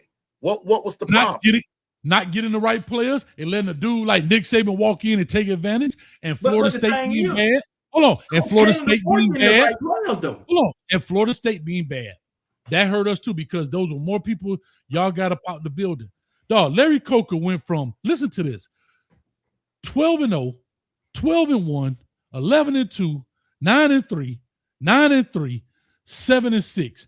That's clearly showing you a depletion in talent. But what? That's what that's showing you. That is showing you another question, Coach. And players can't leave. I'm listening. But wait a minute. Let me ask you another question. And this is a word that Bishop uses all the time. Let me throw this caveat. Y'all. Let me throw this in there, Coach. Go ahead. Let me ask you a question. Throw that caveat in. Also been that the other teams around you got better. It wasn't like you were playing Alabama all the time now. No, but you didn't hear what I said. I saw Nick Saban more than I saw Larry Coker, who lived down the street. I got you. I understand. But that's still an excuse. To me, that's an excuse. No, it's not. I'm telling you why. Because bad fit. Larry Coker thought that kids were going to come to Miami because there was a U on your helmet. And they didn't realize it was a wolf in sheep's clothing named Nick Saban, who'd been already in our backyard when he was way at Michigan State. He had already started forming relationships. Then he got to LSU. Then he went to the Dolphins. Then he come to Alabama. When he got lazy, Larry Coker and the staff, Michael Barrow and them guys, I'm telling you, we walked Antonio Brown to the University of Miami. You know what they say? All right, Coach, he too small, Coach. He too small, Coach. I'm just telling you. But Coach, going back to Coach Kalen DeBoer. Real quick, I'm telling you through my experience, and again, I'm not saying Kalen DeBoer is Larry Coker. I'm making a parallel in what I'm seeing. So what I'm telling y'all is, and again, I may be wrong. Y'all might go win the Natty this year, and y'all call me back on here, and I'm going to sit up here just like this. You ain't gonna want to do that. All I'm what telling I'm you, saying, Yo, Coach Hayes, not Coach Hayes, but Coach Kalen DeBoer. Yeah, you talked about Larry Coker and him going from 12-1 to 11-1, wind up at 7-6. And that is due to what? Him not getting a bad fit and not getting the players in there, right? But in my opinion, I think Coach Kalen DeBoer. Well, we started getting the sanctions and all that stuff too, and that I got that. I'm just saying, so a lot of that played into it, where we started getting that, and then we weren't paying nobody, and then they didn't even want Randy Shannon. They wanted actually John Gruden in Houston. But I'm just trying to make the point that I feel like Coach Kalen DeBoer is getting the right players at Alabama. Me too. I think he's getting the right players. What makes you feel that way?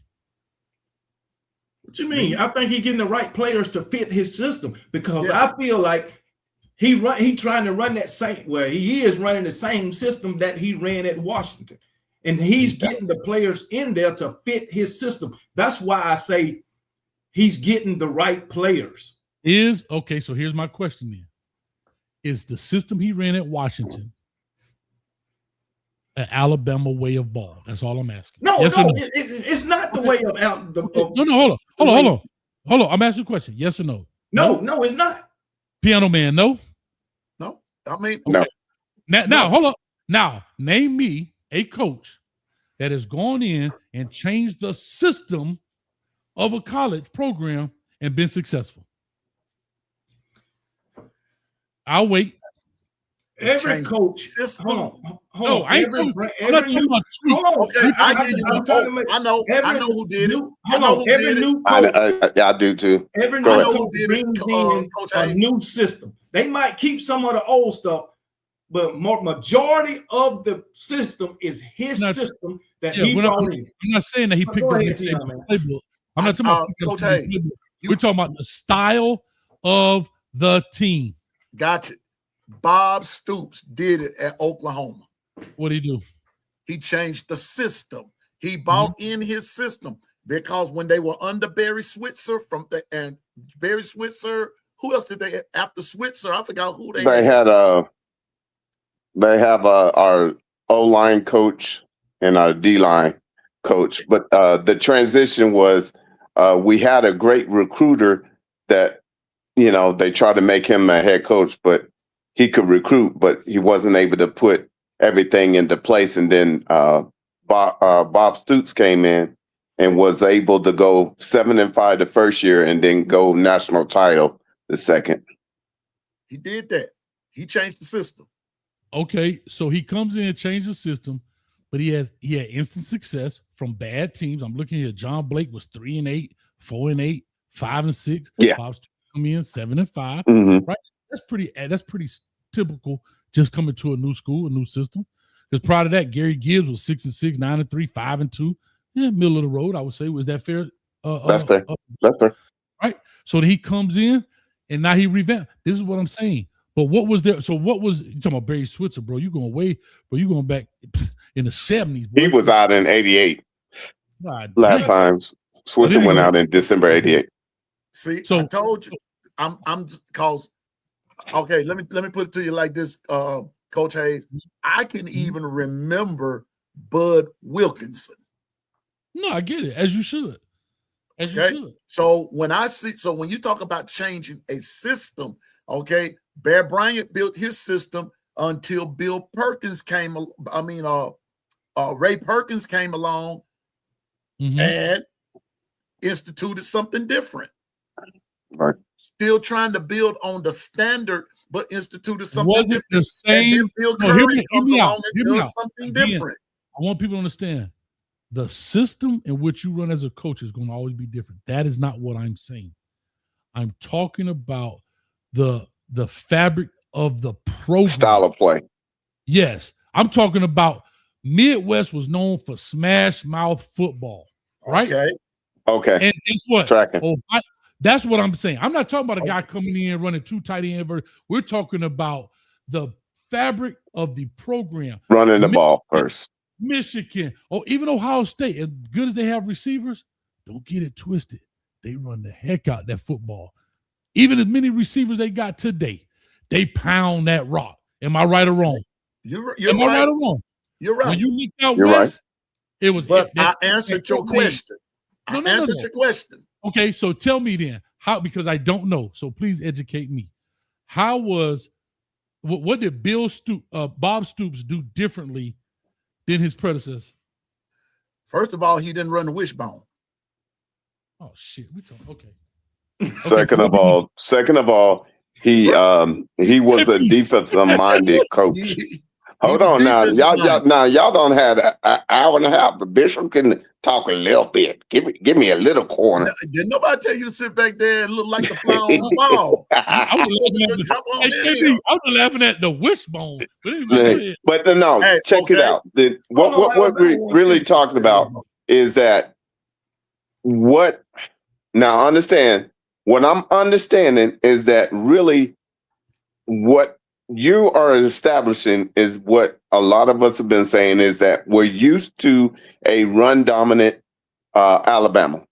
When y'all used to, when we was in the Big 12 and Josh Jacob ran over Youngblood and he looked down at him, you guys were fierce on making sure that the run was established. So when you passed the ball, it made it a lot simpler. Now, in this new dispensation, that has changed. But with that, then you got to give the coaches the opportunity to break it down to the studs and build it in the way they need to. But understand, is it the same when you were having success? Is basically what I'm hearing. Is when you guys were having success is when you were able to be physicality and run first. Thank you. And when I look at Alabama football today, it ain't physical. That's what I'm talking about. When Alabama got off the bus and jumped out there with them white pants and them doggone crimson jerseys, you knew it was going to be somebody going to have some grass stains on the back of their jersey, right? Now they ain't even people movers. They big bodies. They ain't people. Hold on. Let me ask you, because I want to ask the question. Bob Stoops, what was his offensive philosophy? I mean, even though he's a defensive guy, which I get that, right, but still he has an offensive philosophy, just like Nick Saban did. Yeah. What was his philosophy? Run the football. Yeah. What they do in the wishbone? What do they do in the wishbone? They run the football. No, not with Bob Stoops. With Bob Stoops, he did not do wishbone. No, he didn't do wishbone. I didn't say that. What was Bob Stoops' philosophy? He was to run the football because that was Oklahoma's MO. Thank you. I didn't. That's what he's trying to get at. He's being funny. You talk Bob Stoops. Now, if you would have said Bob Stoops came out there and ran 5 wide and spread it around the field, now that's a change. No, you changed up all you did was spread guys out, but his philosophy was ground, be physical, pound this thing out. Yeah. Right? Wishbone was the style of that day. You got in the modern day passing. Let's not get it twisted. But see, so you didn't actually kind of prove, maybe you misunderstood, maybe I didn't articulate it well. I think what Coach Hayes saying, basically, we understand in order to win championships, you got to be able to run the ball. You got to be physical in order to win championships or be successful. And at Alabama, the past 2 years, we ain't been able to run the ball, and we had a lack of physicality. Am I right, Coach Hayes? But the thing is, about time, KP. Thank you. What's that? About time. Okay, but the thing is, now, Coach Kalen DeBoer, this whole offseason has been addressing those two issues: being physical and running the ball. Now, whether it translate over to the field, we don't know yet. But one thing we do know, he has addressed those two issues this whole offseason. So, can we speculate that we can be more physical than what we have been in these past 2 years, and we'll be able to run the ball more? Sure. Can we address that? I mean, can we speculate that? We could definitely speculate that. Now, in my experience, you do what got you there, and that's just in life. Right. KB, that's life. That's true. I'm gonna tell you a 3-second story. I got a homeboy that's in karate, right? We think he a real Bruce Leroy. We on South Beach, dog. For real. We go to South Beach. Guess what? We get into a little fisticuff. I'm working my man out over here. I'm getting him in. I look over my dog. I'm thinking he over here. What? Man, that boy over there like this. You know what? You can practice all you want. But when it get for real, you're gonna go back to what. That's why I say you're gonna go back to what right. over to the field. That's why. Yeah, we hear you. We hear you. That's all I'm saying. So I'm trying to answer. So when Pianoman asked me why do I feel that way, I could make my mouth fry chicken, but can I really do it? I could tell you. All right, now don't mess with the Yardbird. Don't be coming up in here. Hey, I can tell you what I'm doing. Now, I answered your question, but Bob Stoops did change. He did change, but he's still stuck with what got them to the game. I got that part, but you asked about change. Well, Kalen DeBoer has brought in change, but he also realizes that you got to be able to run the football. Now, question, is it that he refused to run, didn't run, or couldn't run? Which one is it? I think here's what I'll tell you, and I'm glad you brought this up. I think it's a culmination of all those, because when me and KB had the show, that's what we were talking about. There were times when, remember I said you're going to do what you're accustomed to? I think there's times in which he panicked and abandoned it too fast. Mm-hmm. Keep there's going. Times say it, Coach. Hold up, Coach. Hey, Bishop, mm-hmm. What you say now? Mm-hmm. Okay. Mm-hmm. Yeah. There's times in which he couldn't run the ball, but didn't find a way to run the ball. There it is. And then there's times. What was your third one? You say he couldn't, he wouldn't, and what? And didn't. Couldn't. And then there's times he didn't. Bro, didn't. You ran the ball 6 times in a game. I mean, we as fans been complaining about the lack of adjustments. we complained about that. And now that I can jump in, we can finally double dutch, because I was letting y'all get y'all little gumbo in. My little gumbo was waiting on the side. But check this out.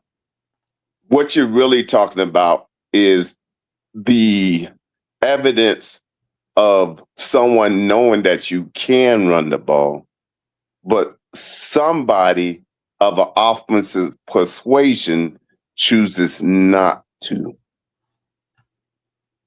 Well, because understand, when you did come into Norman, Oklahoma, and man, I hate to say this, but when you came in there, you won the game by, in the second half, running the ball with D. Hill.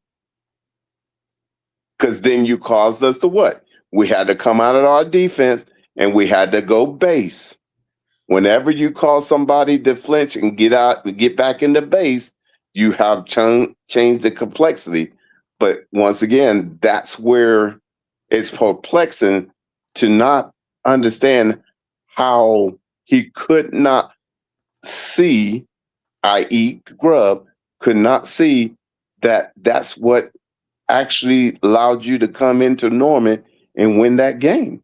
How can you not, 11 days later, not do that in Pasadena versus IU? It makes no sense. And in the first series, you dominated with it. And then all of a sudden, it's like he abandoned, not only abandoned it, but he didn't. It's almost like he had a hiccup where he didn't truly believe in it, that they could do it against them. And then all of a sudden, he was trying to mix it up. But once again, it goes back to a coach's mindset. If he truly believed in it and knew what he had possessed and went after it the way you're supposed to, because understand, us coaches and players, and coach, you know this, in the playoffs, I need to shorten the game. How do I shorten the game? By running the ball and then allowing my offense to pick and choose when to throw it. Well, that first series, Alabama rolled down, scored. You thought it was about to be on and popping. Then all of a sudden, the next two series showed you exactly. All of a sudden, he became passy, and i.e. Grub became passy, and you lost your momentum. And it's hard to regain your momentum. It really is. It's super hard because once you lose it, not only that, once your staff lose that continuity, then we call it quicksand. You're playing in quicksand because no matter what you do, the more you move, the more you're going down in quicksand. And What say you? I want you to hold up for a minute. I want you to stop right there. Okay. I want to stress something right there. And KB and Coach, allow me to say this. As a Bama fan, what Bishop just said doesn't offend me because of because it came from him. It offends me because it's true.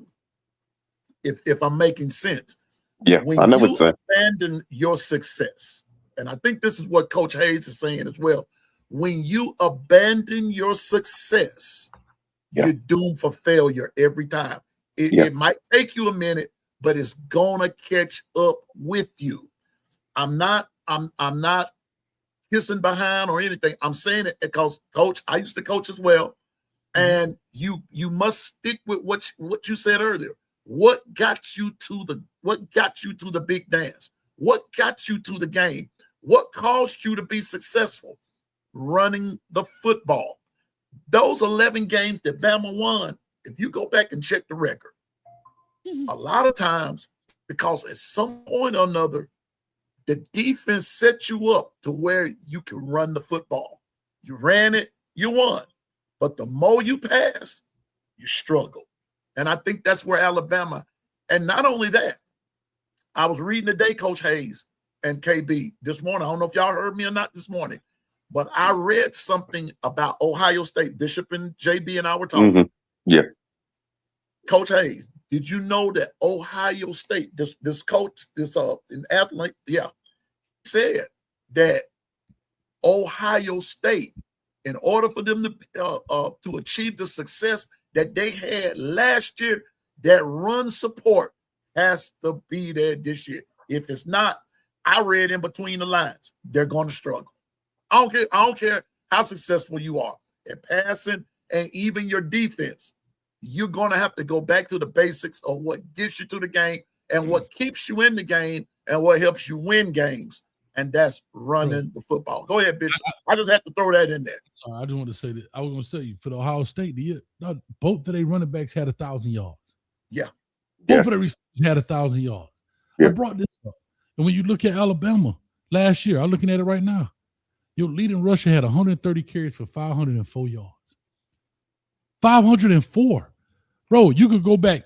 Again, I'm not saying beat Nick Saban, but where is your leading rusher at a Power 4 program like in Alabama or anywhere going to have 500 yards rushing? Like your next leading rusher had 284. Some people get that in a game. I mean, I agree. I'm gonna give Jam some grace. He didn't play in 4 games, so I'm gonna give him a little grace on that. Ooh. But Jam Miller, the leading rusher, he didn't play in 4 games. But I want to say that's the thing. This man missed 4 games, and he still was the leading rusher. How is that? So that means the other cats didn't step up. Yeah, the other nobody else stepped up. But my thing is, you no matter how good your running back is, if you don't have an offensive line to block for you, you null and void. Get creative. Unless you some kind of Barry Sanders or something. And Ryan Grove is not creative. He did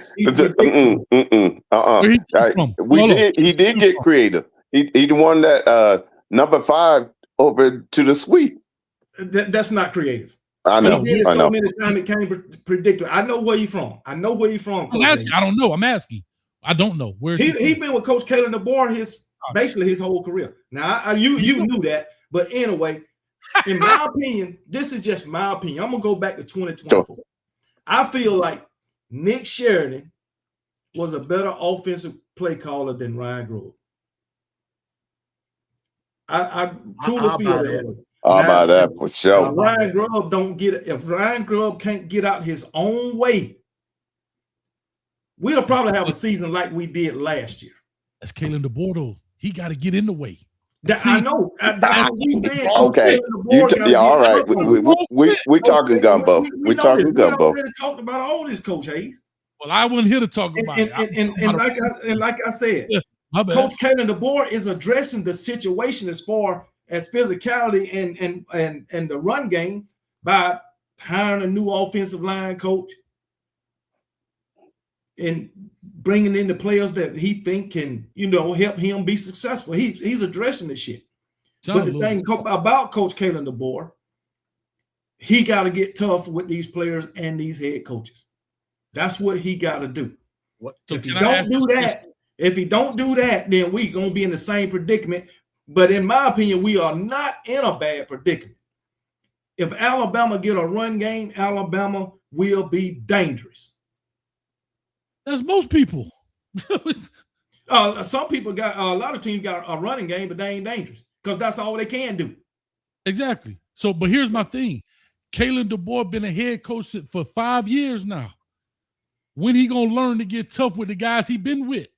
Well, hey, we on the outside looking in. We on the outside looking in. We just saying what it looks like. We not in the inside, so we can't. We can speculate that he ain't tough, and in our eyes, he's not tough. But behind closed doors, he might be. All right, how about this? You can make your mouth fried chicken in the meetings behind closed doors. You can tell you run the goddamn ball. Yeah, you can. And when you get on the football field, either two things are happening. Either you just talking tough in the meetings, or your subordinates ain't listening to you and they doing what the hell they want to do. It's only one. It's only one because the result is on the football field, not in the class, not in the meeting room. So it's either he talking tough in the meeting. You know what? I do what I want to do, coach, or you're coaching it or you allowing it. Let me just put it that way. There you go. Hey. All right. So you get what I'm saying. And so at this, well, P knows and family knows is look, these coaches are on the clock that both Bama and Oklahoma, because they could run the ball, but they chose for whatever reason to be more passy. And what happened? And what happened when what transpired is that both teams got exposed because there's no way if we utilize everything at our disposal in our toolbox that should have been that way. But hey, if with the fifth, we all be what? Holler. So since we in this gumbo, we now know, hey, parts of what he's saying is absolutely correct. You cannot afford to have the same type of output.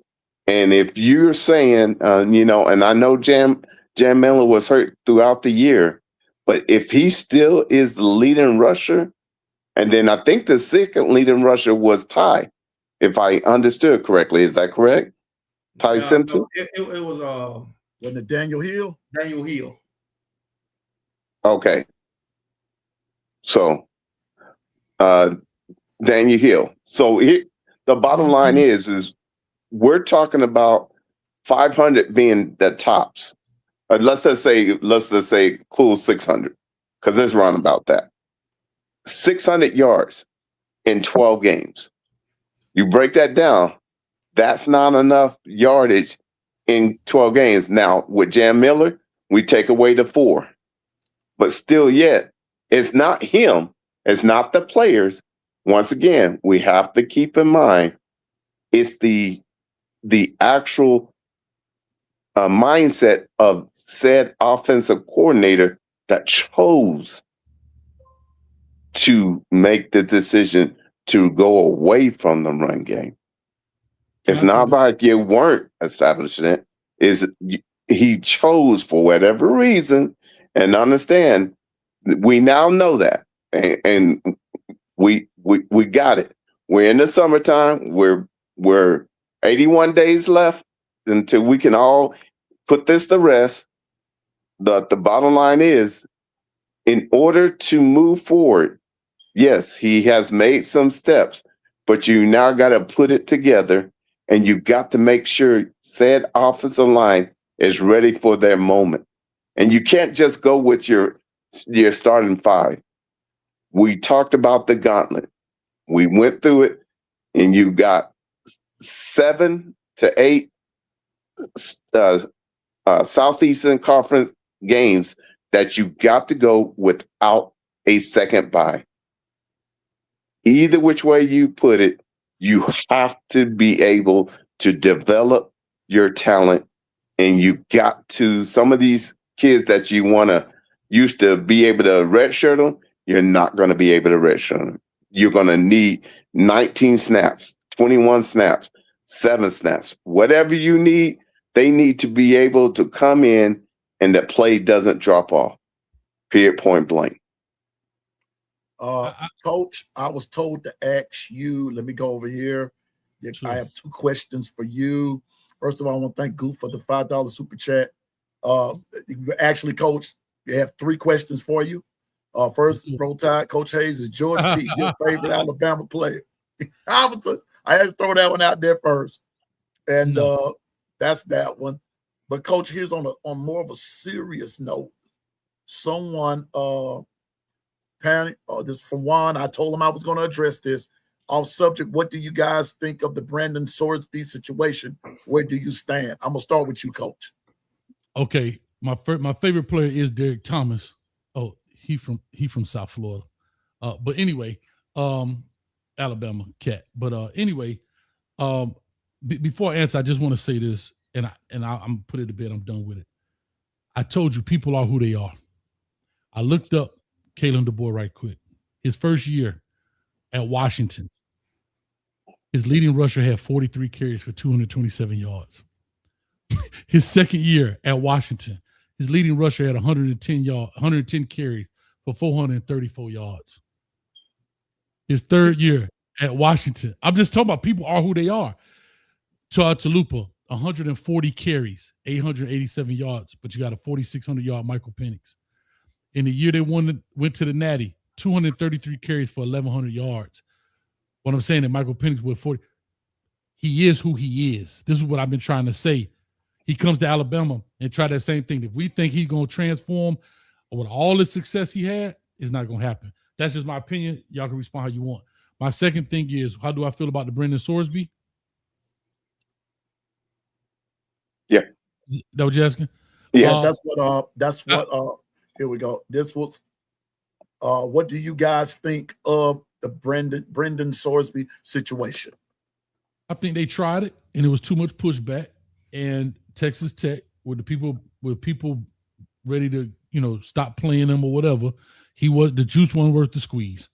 And they try to come up there with mental this and mental that. And I'm not downplaying mental stuff, but at the end of the day, go take care of your mental health, dog. Football ain't that important. You understand? Because once you open that door, anything you do from now on, I get a speeding ticket, part of the team. I got mental disability. People gonna use it. And to me, bro, first of all, it shouldn't even went that far. Gambling, that's automatic, bro. Like, what are we talking about? Foolishness. I'm with you, Coach. KB, what's your stand, bro? Well, I'm with Coach too. I did a video on that. I gave my opinion. My thing is, he shouldn't be playing. He shouldn't be playing. He broke the cardinal rule of all sports. And then you betting on the team that you was on, and he been betting for 4 years, his whole time in college. Yeah. So it should have been a no-brainer that he shouldn't be playing. He should have went on and entered the NFL draft from the jump. So Bishop.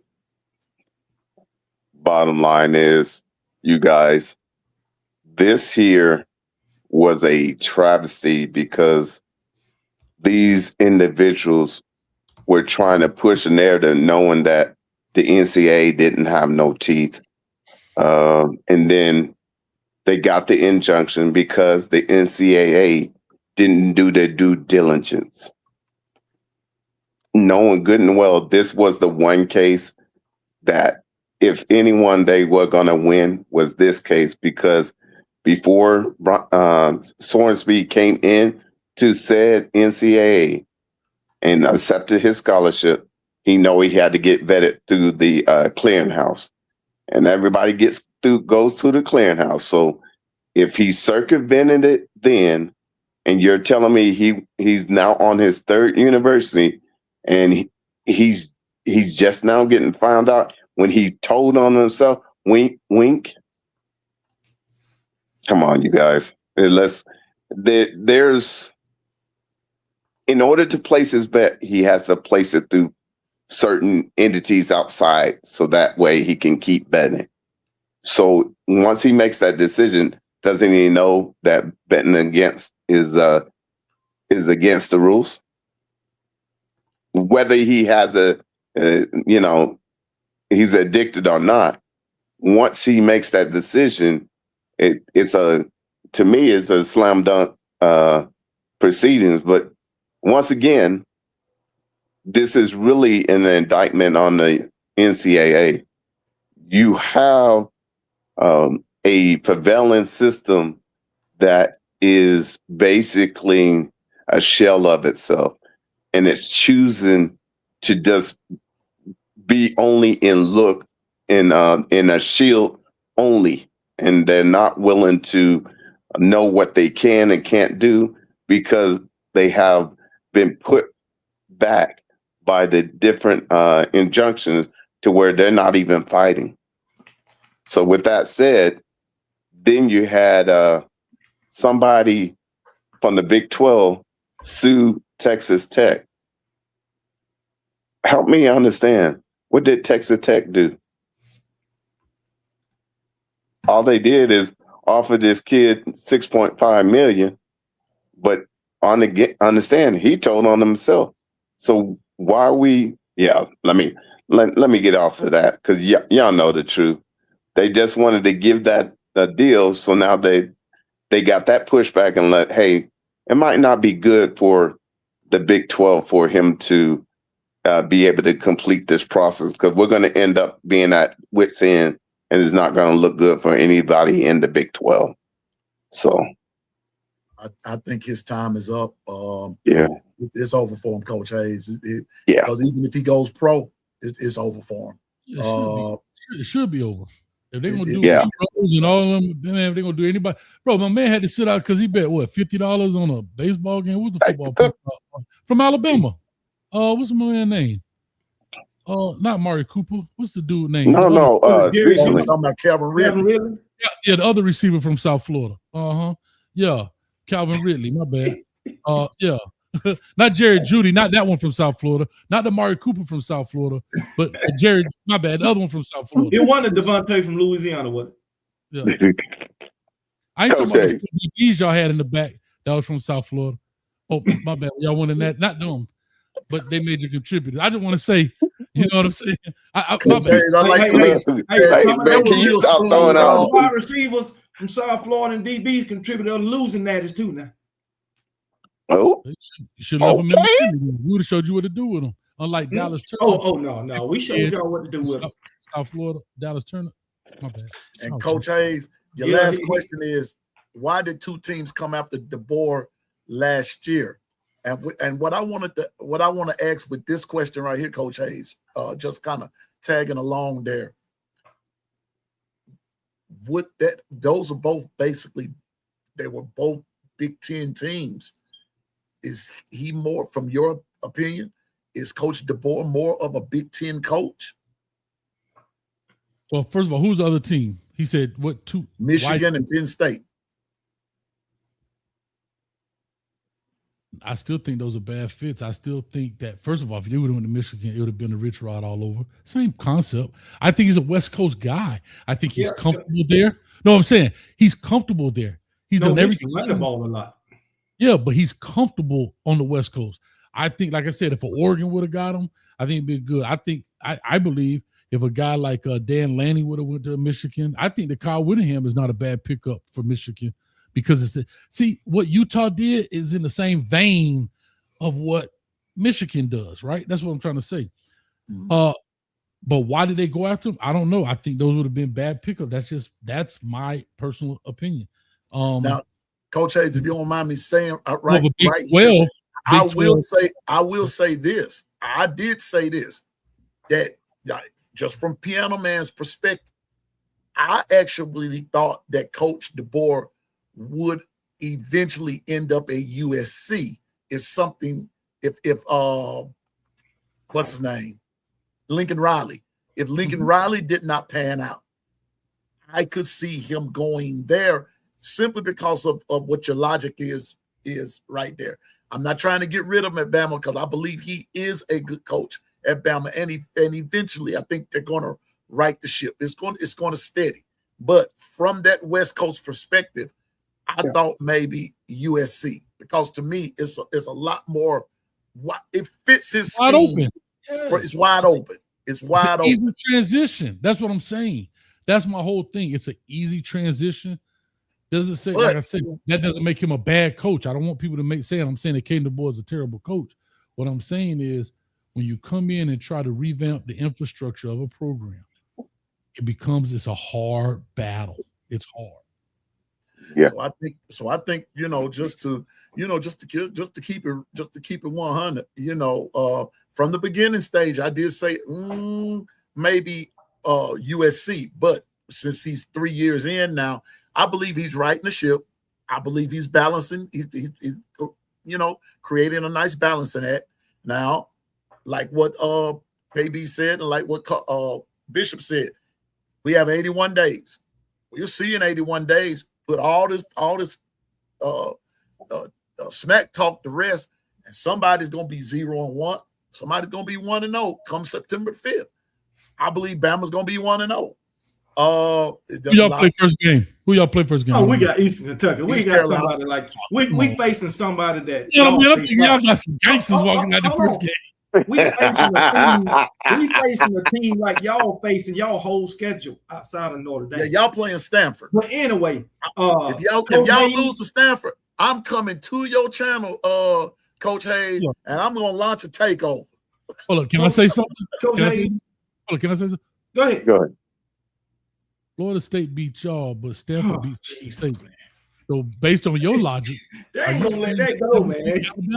I'm just saying. No, they ain't gonna let that go. But anyway, Coach Hayes, if you write about Alabama, if you write about Alabama, I'm gonna tell you right. Yep. All right. But if we right, like you said, come on back. I sit here just like this. Yeah. And won't say a word. Come on back. My question to y'all is, hold up. Here's my question then. Since we talking like this. Yeah. When does this happen? Like, when do we decide, like, this guy ain't it in the next 3 years, 5 years, 10 years, talk to me. What you talking about, Coach? I don't like, so next year, let's say next year y'all go 9 wins. 2026. This season coming up, y'all get 9 wins. Are we willing to concede then, or are we gonna wait the next year? Then they go 8 wins. Are we gonna wait another year till they get down to 7? I'm gonna tell you like this. Wait till they fire them, or what? I mean, how we talking? Okay, I'll answer that question first. We go 9 wins, so that means we 9-4. Regular season playoff game. We ain't going to no SEC. If we come out, do what we did against Georgia, do what we did against Indiana. Do what we did against Florida State. Do what we did against Oklahoma 2024. Yeah, I'll concede that. Then, because we getting blown out. Now, if we go 9-4, but we lose a game by 3, we lose a game by 6, another game by 7, another game by a point, I ain't conceding nothing. Because we are in all of those games. But you shouldn't be in all of them. You should be beating them. And if you ran the ball, hold on. So you saying last year. So if we lose 4 games, say we lose against Georgia by 3 points, we lose against LSU by 6 points, we lose against Oklahoma by 7 points, and we drop a game to Tennessee by Okay. 3 points. Mhm. We should be beating all of those teams. No, what I'm going to do is go look, and I'm going to look at the game and how you lost it. If you lost the game by 3 points and only ran the ball 6 times like y'all did I understand that. I get that too. I'm gonna say, guess what? That's all I'm saying. Too. Then I'm gonna go and say, too. well, look, yeah, y'all lost them less than 3 points, 5 points, 8 points. Okay, but then you also can look at it this way. You can also look at it this way. Okay, we trying to run the ball. We get down by 17 points. We start passing the ball and come back and only lose by 3. You can look at it that way too. Now, I said I'm gonna look at it. I'm gonna look at how you lost the game. I mean, I'm just saying again. But if you're down 17 points, why? Because you threw the ball 3 straight possessions. No. I said we down by 17, and we trying to run the ball, but we just can't run the ball. And we say we done ran the ball 20 times. We down by 17.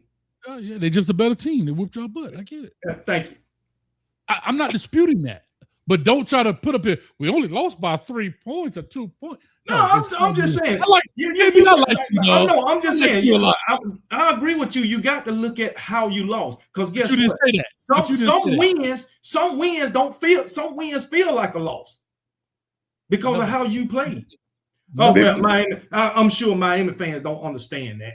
That right there. Y'all don't understand that. Y'all take any kind of win you can get. But for Alabama fans, sometimes a win can feel like a loss. What's up? So can I ask a quick question about y'all, since I feel like I'm getting jumped Guess what? I'm eating kangaroo ribs while I'm playing the piano. And I don't give a damn what you're eating. Listen. Quick question. Since you asked me, Pianoman, what's your record prediction for the season? Wait a minute. What do I feel like our record's going to be? If you want to phrase it that way. However you want to phrase it. What's the record prediction? What I think the record going to be, and how far y'all going to go? Let me add that part. And y'all going to the Natty too? And beat y'all one more time. Okay, so go ahead. And I just want to be on record. I want to put it on wax so I can make sure I clip this. So when we have this, listen, Coach. I'm gonna tell you like you will never hear me say, I think we're gonna lose this one or we're gonna win that one. I'm just gonna say, since you said you going to the Natty, we going to, and guess what? And we gonna beat you again. Okay, so I appreciate all that. So you don't give me a record. I don't have a record prediction at you.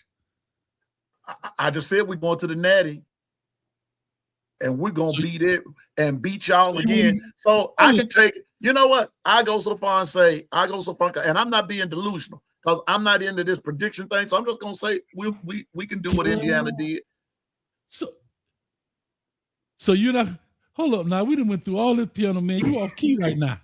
You won't even give me a number. You holding undefeated, Coach Hayes, undefeated. Can you understand that? Because y'all can't beat Louisville and SMU. Okay, that's fine. But we don't play them. So you saying 15-0. And I know you 16 how to lose. Coach Hayes. I know y'all dancing the jig down there. The 2 teams that y'all can't beat, you conveniently don't have to play them. We don't make the schedule, dog. Schedule been made 3-4 years out. I get it. KB, I don't think I ever asked you, what's your record prediction, man? Okay. I'm gonna be real. We gonna go regular season first. Yes, sir. Okay. 11-1. Who's the one? 11-1. Who's the one? I don't know who we gonna lose to, but we'll lose one game. LSU. But if I had to say if I had to pick, I would go with Georgia. Really? Now we gonna get into the playoff. We're gonna get into. Matter of fact, we're gonna lose to Georgia 11-1. We're gonna go to the SEC championship game and win that. Then we go on to the playoffs. And somewhere along the way, before the national championship game, we're gonna meet them Miami Hurricanes and send their ass back home if we don't do like Indiana did and beat you in your own stadium. Okay? Then we're going to move on and keep on moving to the national championship and win that and be 15-1. Who y'all That's my quarterback? prediction. Who y'all quarterback? I'm asking, who y'all quarterback? I don't know. I don't give a damn who the quarterback is. I'm just asking because I don't know. Who is he? I don't know either. Either it's going to be Keelan Russell or Austin Mack one. Oh, y'all don't even know who. Hey, we don't have to go out and pay. We don't have to go out and pay $5 million. We don't have to go out and pay $5 million for a quarterback. 81 days away, and you don't even know who the quarterback is. We don't have to go out and pay $5 million for a quarterback to disappoint us in the end. That's all I know. 15-1. Guess what? It sounds like you sound 15-1 quarterback. Well, if it's okay, hey, if it's okay for you to have your prediction like the way you said it, it's okay for me to have mine. I gave you one. You asked me. I said 11-1, and then I said undefeated. I said I don't know what happened in the playoffs. You know, one thing I gave you a number. You didn't want to give a number. Can say we done went into seasons with a first-year starting quarterback and came out national champions. We done did that. Not under Kalen DeBoer. I don't give a damn who it was under. I don't care. Well, y'all ain't one up under. Hey, y'all ain't been under Mario Cristobal either. You ain't been under Mario Cristobal. Or any other coach. All right, hey. It's funny that you can say Larry Coker was a bad fit, but he your last national championship winning trophy at Miami or winning coach at Miami. Because he ate off the remnants of what was there before. Now, let me ask you a question. What is your prediction for your team? I just gave it to you. I literally just said that. No, you didn't. I didn't hear it. I didn't hear 11-1. That's the problem. You be doing more talking than this. What is your prediction? Would you mind telling him again, Pianoman? Because he said 11-1. He said regular season, and he said once after that he's not sure. You know who? I know it's 11-1. Who? I know who they're gonna lose to. Also, Notre Dame, the Lucky Charms. Well, I actually said that too because I don't know. Well, you were here because remember he asked me if you wanted to lose. You know what? As much I always got to repeat myself to you, man. Miami fans talk. And much trash they talk about how good they is, how loaded they is. Why ain't you got confidence that you can beat Notre Dame? Didn't say we couldn't. He asked me, his question was, if you had to lose a game, who would it be? Am I right or wrong? That's what I asked. And I said Notre Dame. And I said Notre Dame. And the reason I said that was because it was non-conference. That's the only reason I said that. If I had to lose one. No. Okay. The only reason y'all can't beat Notre Dame, or they're gonna be your only loss, is because the rest of the teams on your schedule ain't nothing but duds. Ain't not my fault. I didn't make the schedule. I whoop who in front of me. It's just that simple. I'm like Mike Tyson. Hey, punks jump up to get beat down. That's all I can tell you. It ain't my fault. My goodness, see, man. The problem is you victim blaming, dog. I can't help you who on my schedule. Okay. Pinellas came up, and I'm just asking a question. Are you a Yankees fan?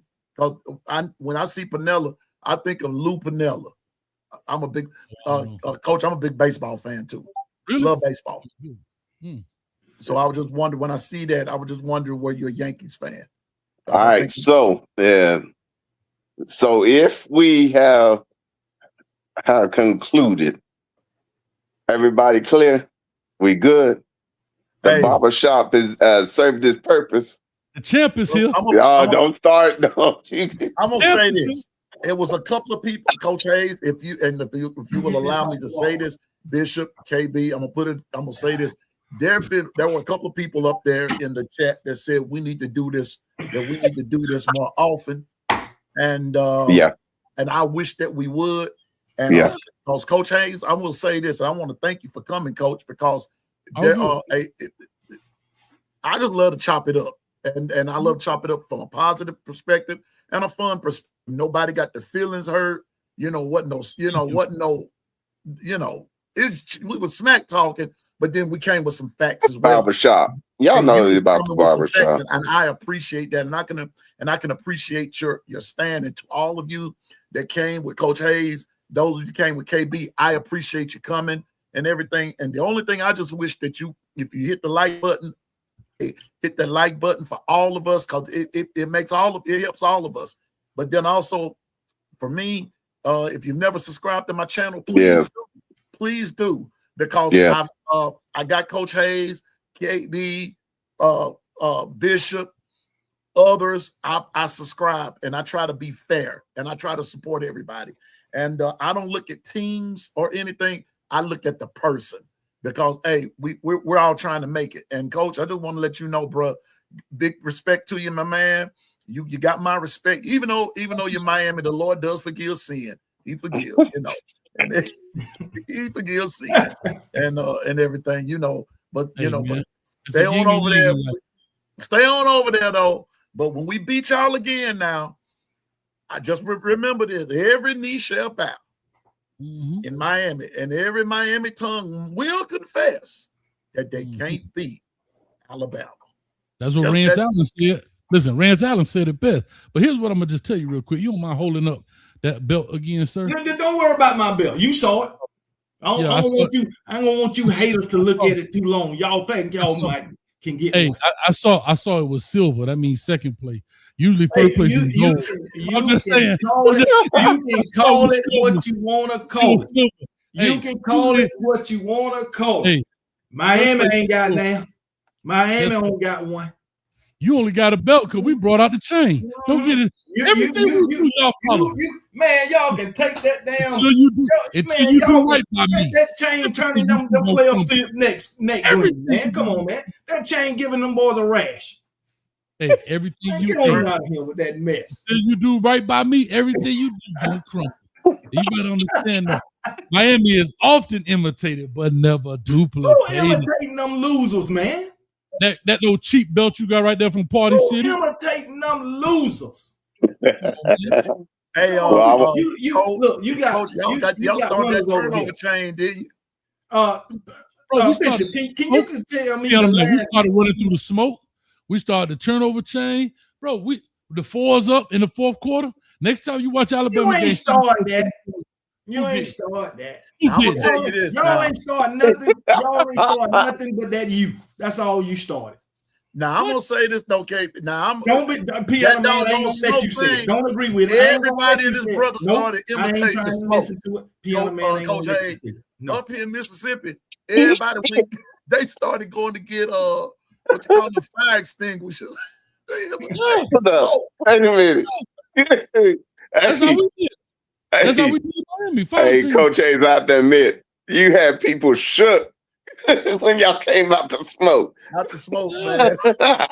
You come out that smoke. Man, listen, you know what? I know you disdain Miami right now. I don't know why y'all giving them any type of credit. Oh, okay, KB. We hear you. We hear you. This, man. Hey, do me a favor. When a team do something, when they do something, even if I don't like them, I give do something. Hey, hold on. You remember Aaron Park Segan's last game? They did him so bad. Man, this the thing now. Yeah. Miami fans have an issue with me. Oh, okay. Because I tell the truth, you know what I'm saying. But the thing is, they didn't have an issue when I was giving them credit when Malachi Tony was doing his thing last season. Call him a gadget player. No, not last season. I didn't. Not during the season. I did not. I was giving him all the credit in the world, just like I was giving y'all running back all the credit in the world last season. Hold on. Just like I was giving that little young defensive back y'all got, that freshman Fitzpatrick or Fitzgerald, whatever his name, I was giving him all the credit. I didn't start calling Malachi Tony a gadget player until about a month ago. That was just a mess with y'all daggone Miami fans. And I'm going to keep saying it. And guess what? Even Warren Sapp was in the chat like, who is this dude? I don't give a damn about no damn Warren Sapp. Boy, I said, well, they say I'll make you famous, boy. I set you off, boy. Let me tell you something.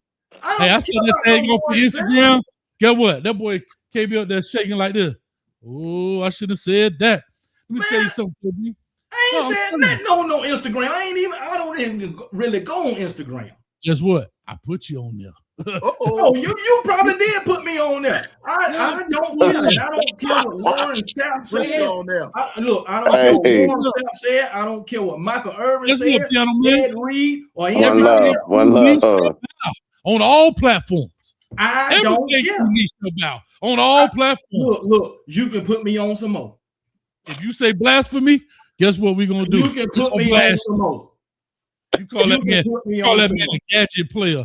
Come on, man. You know better than that. Did it hurt y'all feelings? All the Miami fans. Did it hurt y'all feelings? And I've said this before, Coach Hayes. I'll say it again. Bishop is my witness. Yeah. When you all were playing Indiana, I was pulling for Miami because I didn't want to see Indiana. I wasn't.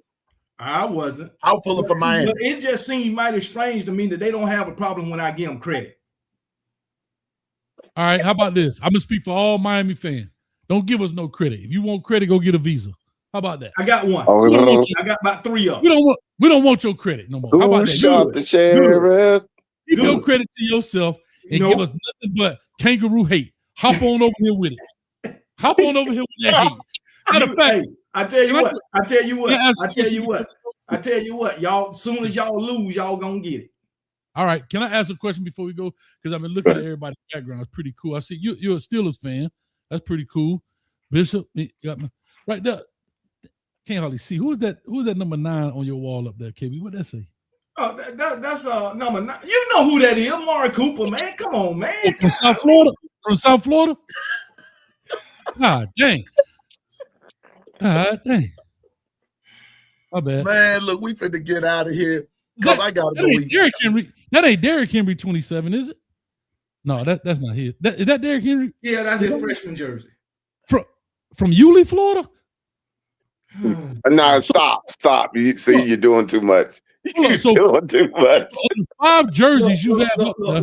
Look, of the 5 jerseys you have up there, 2 of them from Florida. That means that 40% of your wall of fame is from the I knew this was coming. I knew it. Look, but check this out. They played for my Alabama Crimson Tide. That's all I know. I got another jersey. Go by the name of A.J. McCarron. They ain't play for your Alabama Crimson Tide. They play for your Alabama Greenbacks. That's what they play for. You can call it what you want. They play for the Alabama Greenbacks. But that dude up there on the wall that go by the name of Derrick Henry, he said it best. Nick Saban paid us in championships.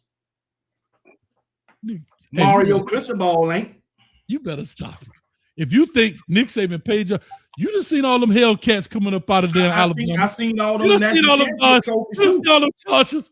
I seen all them national championship trophies. I seen more national championship trophies than Jordan. I saw that Lamborghini that Carson Beck was driving. You tell him again. It's legal. That's my point. Y'all bashing us for something that's legal. See this, but you bashing us for something that's legal. No, it wasn't legal when you were doing it. Just make this make sense. I talk to me, KB. You say Coach Saban was paying players when it was illegal. That's correct. So why would he stop paying players and get out the game when it's legal? Because when it was illegal, you could kind of cap it off, right? If it's illegal, hold on. When something is illegal, you can't charge full price. You know when you bought something that fell off the truck, like them fake jerseys back there, you ain't paid for it. Ain't none of my jerseys fake. Hold up. Anytime somebody respond like that, you know they fake. Listen. What do you mean? Okay, let me ask you this. Have you ever bought something hot off the street? I can't. I do not recall. Okay. Do you know somebody that paid for something hot off the street? I do not recall. Thank you. Do you think they would? Okay, let me ask you this. Would a wise man pay full price for something hot off the street? No. Would a wise man sell something full price? So, when it was under the table, when it was under the table, I could give Derrick Henry $30,000. And how much would Derrick Henry cost today? How much would Amari Cooper cost today? How much would Julio Jones, Mark Ingram, Cedric? How much would all these players cost today, my brother? You know what? Coach, we did a show on that. And could nobody afford nobody. Documentation beats conversation. Guess what? So again, you were getting those players for cheap. That means that he was exploiting. I'm not hearing this rhetoric. Mm-hmm. Allegedly. That's right. Allegedly. Hey, I like to pay you on it. Let me ask you, Piano Man, my last question. Because KB, I told him, I said, I bet you won't answer the question. I'll answer any question. And my question was that he didn't answer. I did answer. I said I do not recall. Exactly. That's not an answer. That's the answer. That's no my mission. answer. What's okay? Ask the question one more time, Coach. Will you answer it? Yes or no? Yeah. Okay. Do you believe that Nick Saban was playing players prior to the NIL era? No. Y'all call me delusional? See, that's the thing. See, that's the thing, Pianoman. No. If they don't get the answer they won't, then no. Hold up. He said no. You say I don't recall. I don't. Okay. But Okay. Bishop, do you believe that Oklahoma played players back in the day? Look, that is a I plead the fifth. Here we go. Wait a minute. All y'all ask me. Come on now. Why did you ask him? Did he believe Oklahoma was paying players? But you asked KB and I, was Nick Saban paying players? That's two different dynamics, sir. Well, no, okay, that's what I was about to say. You good? The reason I asked, because I know that you guys are Alabama fans. I know that Bishop is an Oklahoma fan, and now I'm a Miami fan. I want y'all to ask me. I'm gonna show you the difference. But you didn't ask us was Alabama paying players. You said Nick Saban. Okay, I'm sorry. Him, you said Oklahoma. Yeah, do you believe Bob Stoops was paying players? We already know Barry Switzer was. He told him. I had to plead the fifth. Okay, do me a favor. Ask me. Watch this. Any one of y'all, just ask me. You just gonna say no? Ask do me. You believe that Miami was paying players? You damn right we was. Okay. Listen. I'm not delusional. Okay, but listen, Coach Hayes. Listen, Coach Hayes. The reason why you saying yes is because it's been documented. Why was it documented? It's in black and white. They got their ass caught. That's why. No, you know why I'm gonna tell you like everybody, KB. Pianoman, check this out. Follow this logic. Since you use the word logic, I use that same thing. Follow this logic right quick, though. Most people who do things illegally, people can speculate and everything else, but here's what you know. As long as it's making the bigger entity money, we're gonna turn a blind eye. Brandon source. They put a spotlight on it, right? Mm-hmm. Everybody. Most people don't get caught until after the fact. And when is the after the fact, Pianoman? Something went wrong. When they stop making money for the entity. Let's bring up Mary. Let's bring up go wrong. Let's bring up Marion Jones. When she finished, they bammed across the head. Am I right? Yep. Lance Armstrong on the bicycle. When he finished, all of a sudden, bammed him across the head. Upside your head, so oops, upside your head. Everybody get finished making the big brother all the money. It's over. Guess what happened to Miami? I just clearly showed you. They didn't bother Larry Coke in Miami until what? We stopped making them money. Nick Saban, back to his goatism, he got out on time, just like Usain Bolt did. Listen, I'm only speculating, but I don't know no dude in the world that can break a world record running sideways like this. Huh? You can't tell me he ain't got some horse steroids in his behind. But guess what? He got out in time and didn't abuse. He made so much money for the track and field and for the Olympics. What I'm telling you is Miami got hit across the head because we got bad.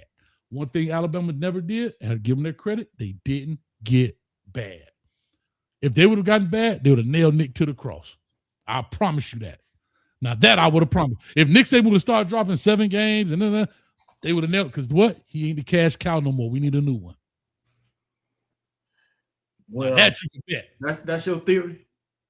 Go ask USC. Reggie Bush and them making all this money. They the hottest team celebrity. USC went down. Guess what? Am I lying, Pianoman? Soon as USC went down, what happened? Sanctions came. They took his Heisman away, didn't it? Yeah. It was after they made all the money from him. I think he deserved it back. He got it back. He got it back by now. Yeah, but that's what they didn't give him. They didn't give him some of the money he made. Didn't. But Coach, before we leave, since we go addressing Reggie Bush, you brought up an interesting point about doing things when it was illegal before it became legal. What Reggie Bush did, what they did for Reggie Bush, didn't it eventually become legal? I mean, like, of course. What was the problem? What was the problem? Because they have been doing it.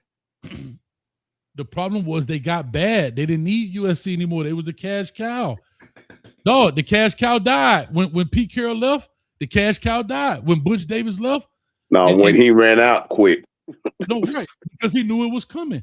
Larry Coker ran out. Right. They came and got him. Go look at SMU. When did they get SMU? Did they get SMU when he was there? They got him in 86, wasn't it? They got him after 86. And 86. Yeah, but he ran to the NFL so quick. Years like in 81 and 82. This I'm telling you, they get you after you run your course. That's what I'm trying to tell. Once you finish making money for Big Brother, they slaughter the cash cow behind the barn because he ain't making no more money. And that's what they did in Miami. And for 20 years, we couldn't pay nobody like everybody else was paying. Bro, I know people, and I'm going to tell you how cheap they tried us. You talking about cheap labor. Right there out of Alabama. You go refurnish somebody's house. That ain't no money. But guess what? Super happy. You seen Blue Chips? That little old school Lexus they gave Shaq. They went and gave the white dude a tractor. That ain't no money. But that's what they was doing back in the day. Am I lying? That's what they was paying. Those are very small. Think about the money that we're paying out today because it's on top of the table versus, ooh, my mama got a 4Runner. Oh, my goodness. Come on. Yeah. Hey, KB, you know I'm telling the truth. He don't want to. KB, I can ask you a question? You can ask me a question, man. Was Alabama playing players prior to the NIL?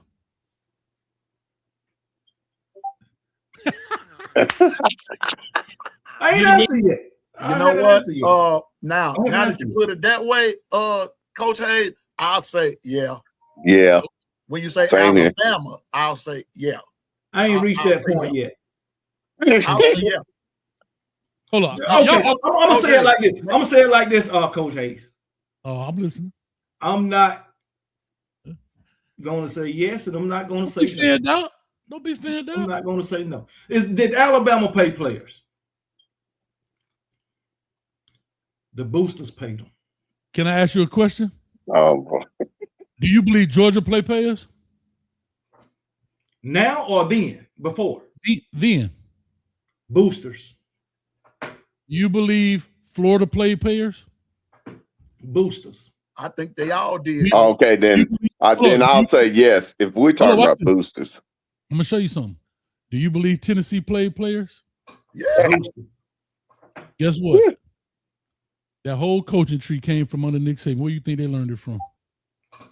From Will Muschamp at Florida, Jeremy Pruitt at Tennessee, Kirby Smart at Georgia.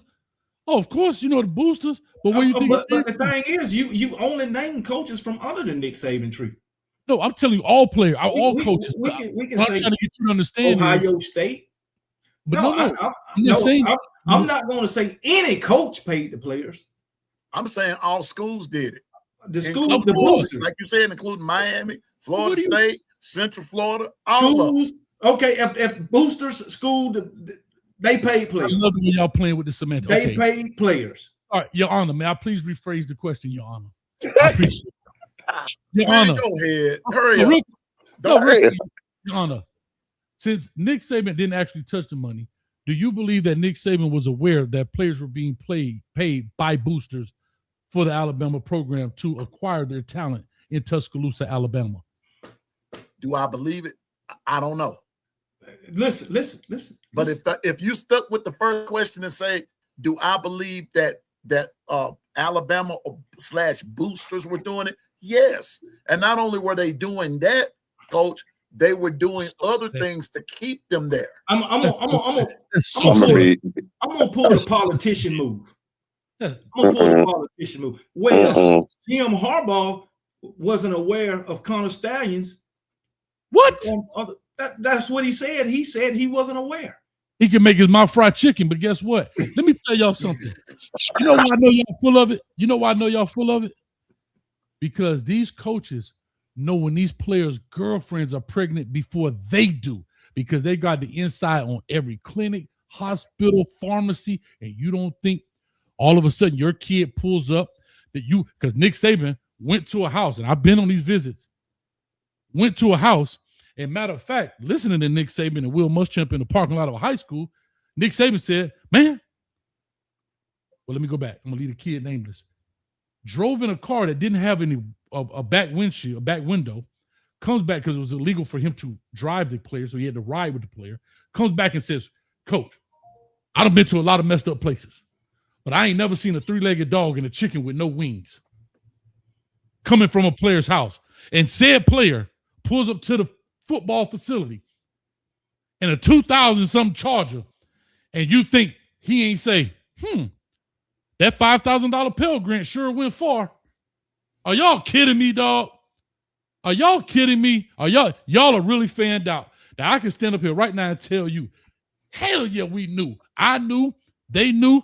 My mom don't even know what a first down is, and she knew them boys was getting paid. And y'all gonna sit up here talking about, well, no new taxes. No, man, get out of here, man. Y'all know them boys in Alabama know what time it is. All I'm saying is, you asked the question. You asked me what did I believe, and you lie on the stand. And you lied on the stand. No, I did. No, I didn't. didn't. You don't think Nick Saban knew them boys getting paid when he look in the parking lot and see all these charges? And he done went to their house. He done went to the house. What if their mom and daddy got it for him? Because everybody that went there wasn't poor now. I didn't say that. You heard what I said. I heard what you said, but projects and got this kid out the projects, and he look in the parking lot, and the kid buying a brand new Charger. Come on, dog. Okay. So to end all of that, what's your point? Is that y'all fan the heck out, and that y'all want y'all want? No. What's your point as it relates to football? What are you trying to say? That we were jealous of Miami or something? No, that y'all been paying for players like everybody else. Don't make it seem like it's just y'all squeaky clean. Guess what? Y'all had all the championships that Bama won. Y'all paid $40 million. Yeah. I'm listening. Hand me that. Look here. Hand me that violin over there, please. And when Coach Hayes is talking, I'm gonna go ahead and start playing. I got a better violin for you. What my violin? Hand me the violin. I got one for you though. Hold on, I got a real question. I'm gonna educate y'all about y'all. Y'all ever heard about the penthouse in Tuscaloosa? About the who? The penthouses in Tuscaloosa. Man, we ain't here for no daggone history class. It's about your school. I'm here to help you. I'm a Miami dude finna tell you about your school. I want to know about is football. All I want to know is when we gonna do this again, Coach Hayes. I don't want to hear about the penthouse, the hen house, the whole house. It don't make no difference to me. Y'all don't hear about when we gonna do this again. You told me the truth is spoken here. That's what you told me.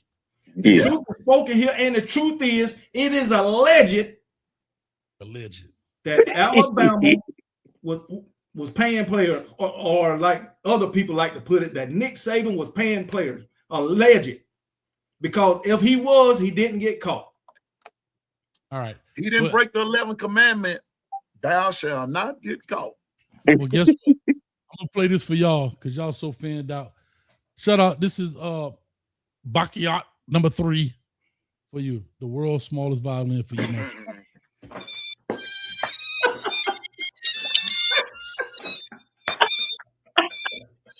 I like man, you got me dizzy.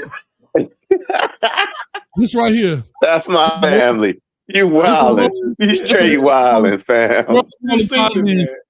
World's smallest violin right here for all that you do. I appreciate y'all, Pianoman. Thank y'all for having me come on. I told you, man. Matter of fact, Nick Saban sent me something. Let me count. Well, I ain't got my card. That boy even sent me a $2 bill. I go to show he sent me a $2 bill. Talking about keep that in the glass case. Boy. All right, man. Coach Hayes, tell everybody where we can find you at, big dog. You won't find me in Tuscaloosa. I'm finna get up out of here as fast as possible. This place is young. But anyway, you can find me on Coach Hayes Football, man. Hey, for real. Appreciate y'all having me, man. Like I say, have fun.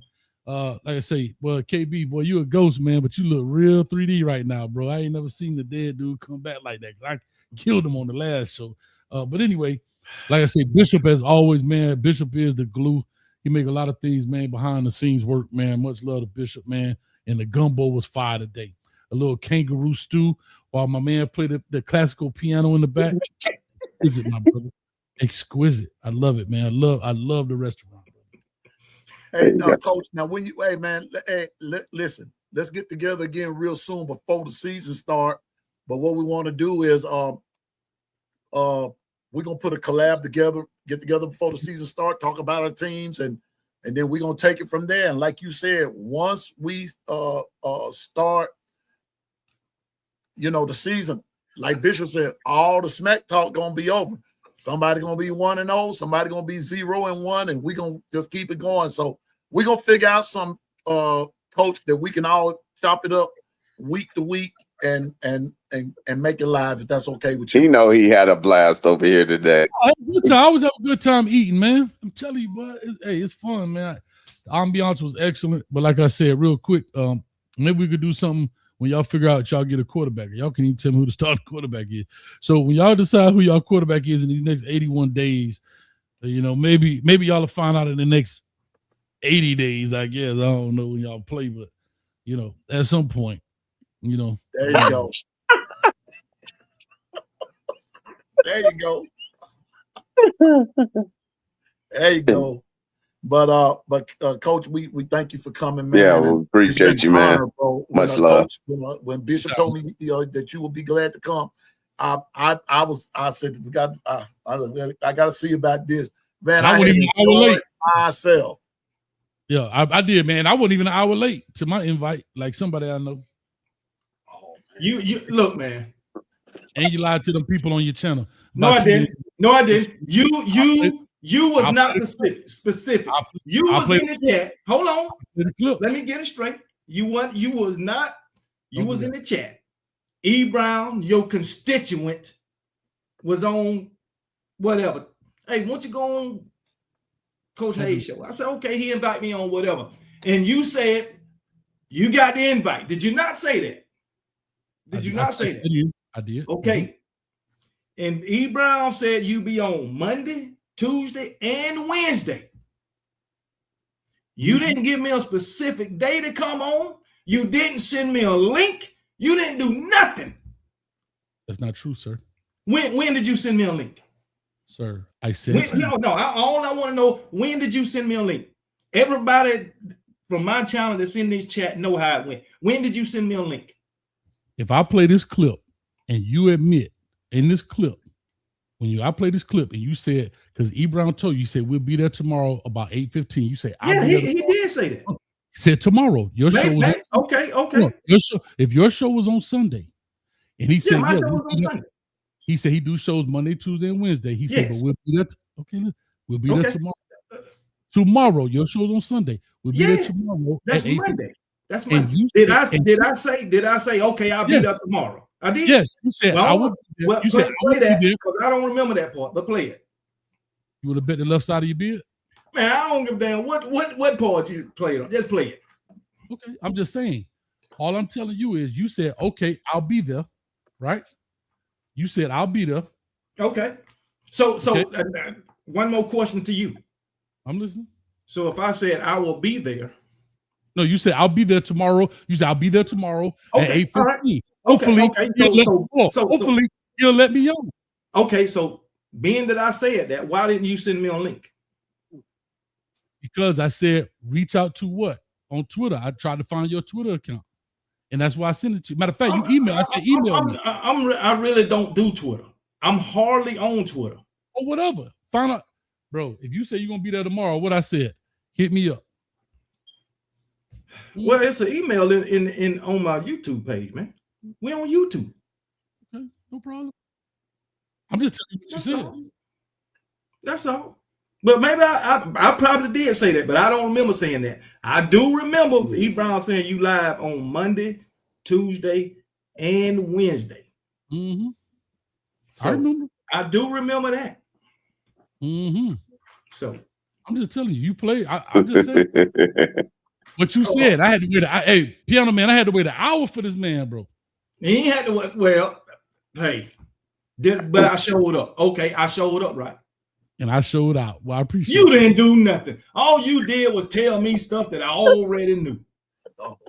That's all you did. You didn't do nothing. If you already knew it, then why it took you 2 days to fact check me with all your copious notes? Oh, you did a 2-hour show. I don't know. I don't know where every player is from. This is how the barbershop. Y'all better subscribe to all the channels. I don't know that. I don't know where every player is from. So come on now. All I know is this right here. We're gonna do this again real soon. Yeah, man. This was awesome. And look, if you invite me over to yours, I promise you I won't be late either. I won't be late. Matter of fact, I'll probably beat you there because I ain't scared. Hey, you better make some gumbo. You know what time it is. I'm trying to see if I can find this link. I'm trying to find the same thing. I'm trying to see if I can find it. We'll find it. Hey, but hey, Pianoman, you want to talk about the Discord? Yeah, y'all can talk about the Discord. I'm gonna find this right quick. I put it up there. Let me see. It should be my live right before yours. Exactly. Got a red shirt on. Let me make sure. I put it in there. I saw it a minute ago. I'll find it in just a sec. Wow. And you guys in the chat, y'all know I'm family. You know I go from Rawhide to Coach Hayes to J-Dub, Hall of Fame, to Brinsky, Coach Sean. You guys, we are conglomerates, and we appreciate you for showing up in each and every day and supporting each other and run the likes up. Learn how to type before y'all start talking. Oh wow! How many times they went to the player? Let me go back. They do like this. Okay. Man, I'm you know what I'm saying? Ain't so good.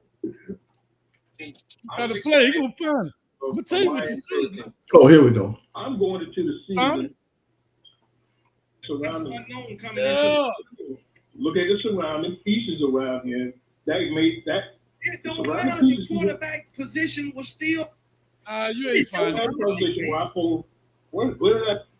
Like Miami. That's just like Miami. If Miami had a quarterback competition right now, you found it. Mario Cristobal has you ain't found chosen a starter going into game one. Would you say that? Here we go. Just found it. It's won the starting job. Okay, go ahead and play it. I gotta send it to him. Okay, so we don't go to the scrub. You know, I just had it. The players who go into the portal, think special teams player though. I'm on here when E. Brown is talking. Yeah. I'm gonna show you. So I had it and I moved the dog on cursor. Immaculate and no this. This falsehood about the SEC. Fuck E. Brown. Ole Miss, them the team that deserved was bottom. Let me do this here. Oh, here you go, right here. Okay, here we go. But I found it. Go to the 218 mark. 218. Oh, hell, I'm at 145. Nah, you were wrong. I know exactly when you said it. I'm going to share this right here. Hold on. I'm going to share it right now. You can put that on the screen. I got you right here. Okay. 218 what? Oh, don't worry about it. We're going to play it on the screen. I got it. Oh, okay. Yeah.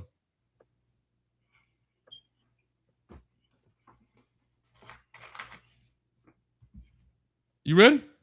I'm ready. I'm right here. I gotta wait. Pianoman got to put it up. I can't put it up. Okay. If you put it up, I'll control. Where you at? You got it in there? Yeah, it's been the back. Now turn that other stuff off, dog. I don't need you to hear it because you're trying to listen to it first. Oh, hold on. Hold on. Go ahead. Listen, go ahead. As soon as he put it on the screen, I'm gonna let it play. Okay. You got it? I don't see it. I can go to it, but I don't know if I can put it on my screen. You don't see me in the back of the chat say you're on the show right there where you present?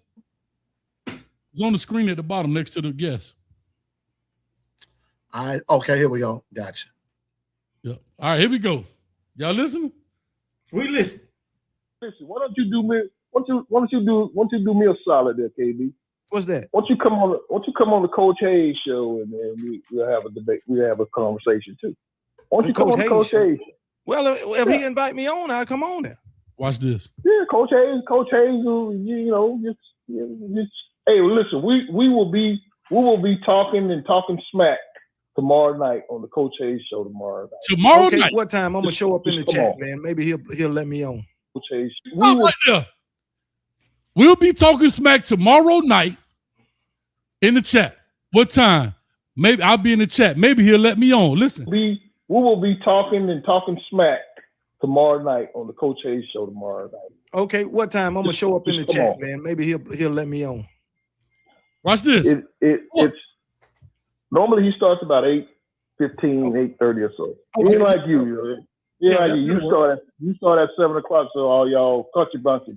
Hey, okay, Coach Hayes right there. Coach Hayes is in the chat. He say I'm invited. Coach Hayes said you were invited. Let's dance. All right, I'll be over there. Okay, I'll be over there around 8:15. Now you tell me where we talk about India. Hold on. No. Wait a minute. Clearly. Hold on. Let me talk. What? Clearly. Hold on. Absolutely. Coach Hayes is the hey, listen, he's a higher coach. We don't need to hear the whole thing. We heard what I said. Okay, so you did not say tomorrow night. Hold on, I got one question, KB. Was this show right here on Sunday night? Yeah, that was on Sunday night. You was on Monday, tomorrow. Next night. The word tomorrow means Monday night. Correct. Okay, that's all I want to make sure. Now listen.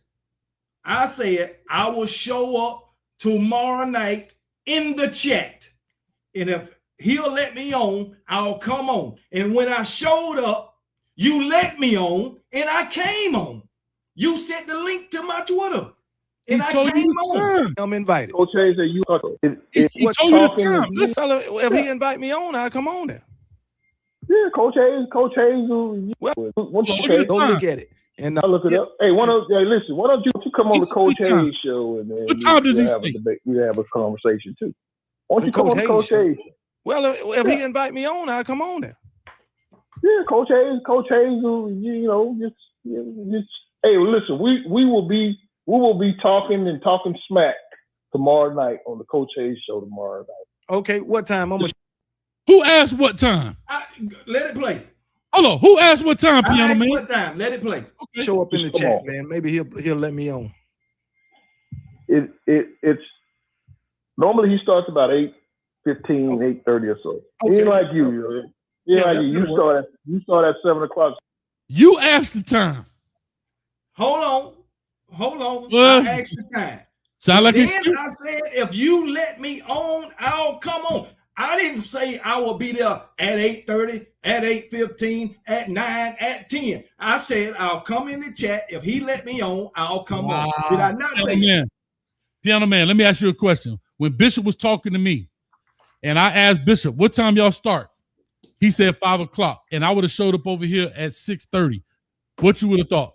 What was the purpose for me asking what time y'all start? I guess to be there on time. To be there at the time in which y'all start. But this is he said, I will come if I'm invited. I text back, you are invited. What are we doing? You did. You put it in the chat. But the thing is, at that time, I didn't know that I was going to be doing something. Which now I you said doing this something. the Now last you doing time. This is the last time. Did I not tell you this the last time that me and my wife was out? And then when we came back, I started looking at the baseball or the softball game. I told you this. And then I went on my phone and I seen that you was live and I seen my logo on the thumbnail. That's when I jumped in the chat. As soon as I seen it. And sir, I can but the thing about all you did with your family. I respect all you did with your family. I do. But you asked on the show what time. I'll be there tomorrow. So therefore, I'm thinking we got a show tomorrow at 8:30. Okay, let's flip it. Pianoman. Hold on. Hold on. Pianoman. If I was and you was on your show, would you not think I was gonna be coming on your show at 8:30 tomorrow to do? So let's say we were doing this the same exact show right here, and it happened through the chat. Would you have anticipated that I would be there? You would be doing the show with Coach Hayes at 8:30? Yeah, I mean, if that's what time I gave you, that's what time You I clearly expect. saw it. You clearly saw it. But How would okay, Piano Man, have I ever been late for a show with you? Nope. Exactly. Because he ain't giving you that smoke, boy. Exactly. I'm smoking. Exactly. You ain't give me no smoke, man. What you talking about, man? Man, you had more black in your beard 2 weeks ago, but that thing turned full gray. Oh, my beard been full gray for about a year and a half. About a year and a half, buddy. You got some black on, right man. Gone.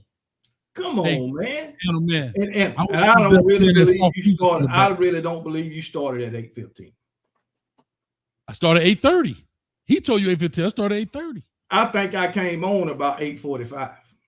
Sir, no, you were 45 minutes late when you came on. Now you just said an hour. Now, come on now. Well, I want to find the exact time of this show. Go to your thing.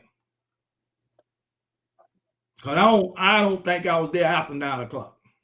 Sir, clearly you were there after 9 o'clock. Man, why is he doing this? Look, do me a favor. Look, man. No, do me a favor. Do me a favor. Put this one up, and then we done. I know you want to go. Put it up.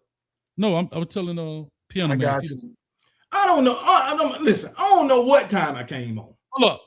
This is the start of the show, right? Yeah. Okay, let's see when you show up. All right, dog. All right, you show up. Damn, that's a whole hour. Thank you. That's how late you are, dog. No, but I said an hour. Here, hour and 15 minutes late. Dang, KB. KB, hold up. How long was I on there? Bro, the show was only supposed to be an hour, right? Sir, the show was supposed to be an hour and a half. You came. It don't matter. You came there right here. Okay, keep going. Right? Keep going. And we stayed We stayed on there for 2 hours and 15 minutes. So I was on. You stayed on there for 2 hours and 31 minutes. So I was there a whole hour and 15 minutes. Wasn't that long enough for you to get your point across? Yeah, but I waited for you an hour, dog.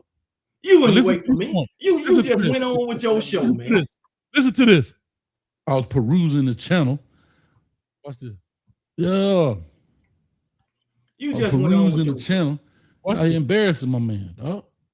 You hear that, man? I need that work. What is Look, this guy? let me see. I don't want to play one of his videos because he might be like, "Oh, Coach, hey, no, you good. Look at this. Class in session. Irrelevance 101. He got the cane of Irrelevance healthy debate. Kangaroo Black takes Miami fan to school on subject of Miami Hurricane. Come on, man. Y'all are irrelevant.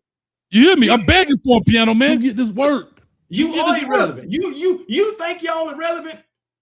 Going 25 years, 24. Oh, you got a degree over there? Oh, look at this session. What we've learned today with Professor KB. Oh, that's another Miami Hurricane video. Look at it. See the 305 back there?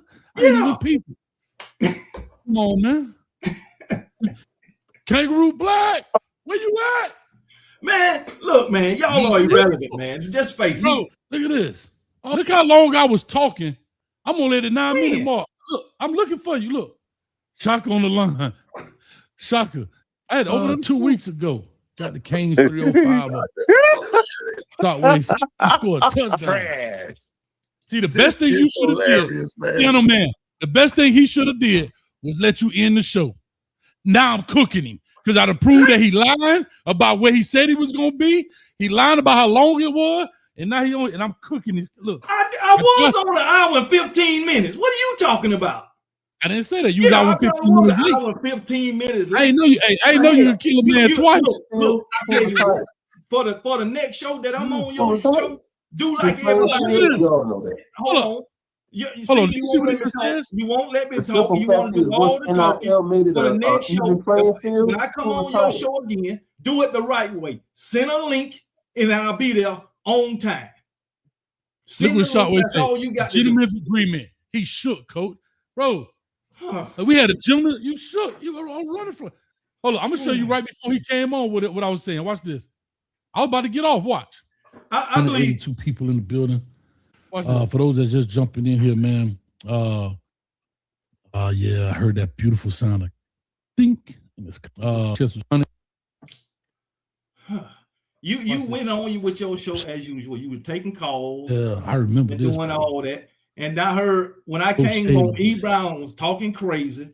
And I went on and I think I put in the chat, I'm here or some shit like that. That's all. You know? Yeah, let me Get know. your shots off. Shit. But if Ryan Williams was out there, if he could do all KB got to come. People were looking for you, dog, the whole show. Because we got a no-show. No call, no. It's on the line, and I got all right, real quick. Oh, I know you done called in by now. All right, I got Anonymous on the line, and I got 9723. If you want to call in, please do so now, because I'm about to get up off of here. The main event has been canceled because we got a no-show. No call, no show. Somebody getting fired today.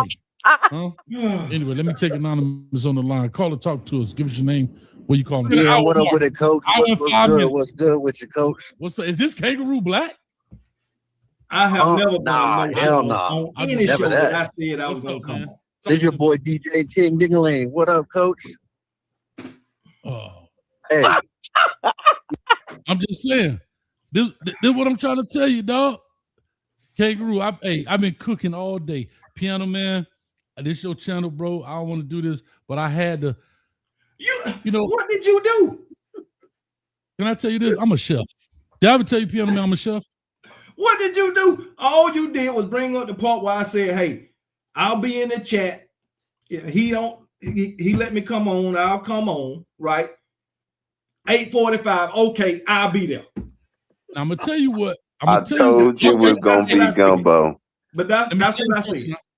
Pianoman. And I showed up. Yeah, okay. I was late, but I showed up. We conversed, and that was it. You didn't tell me nothing I didn't know. Besides players from Florida, that some of them ain't from Florida, but that's all I know. But if you say you cook me, hey. I'm a chef, Pianoman. Did you know that? Did you know I'm a chef? Oh, Jesus. I didn't know that, but I guess I know now. No, for real. I cook people all the time. Would you like to see some of my best work? He brought up when I'm saying, would you like me to see some of my best work? All he's gonna bring up was that Florida State video. No. I tell you what, listen, Coach, on my next one, I want to see some of your best work. Next time. I gotta go eat, man. I'm hungry. You know why you gotta eat? You're hungry. No, but you know why you gotta eat? Won't do me no good right about now. You wanna know why you hungry? Because you don't cook like I got kangaroo steaks for days. I ain't gonna never be hungry. Man, what have you done? So hey, we're gonna have to put a pin in it. Hey, much salute to you, man. But hey, Coach Hayes, truly appreciate you coming through. You know how you do, and you know how we do. Hey, big salute to everybody. Know that hey, we're back in the game.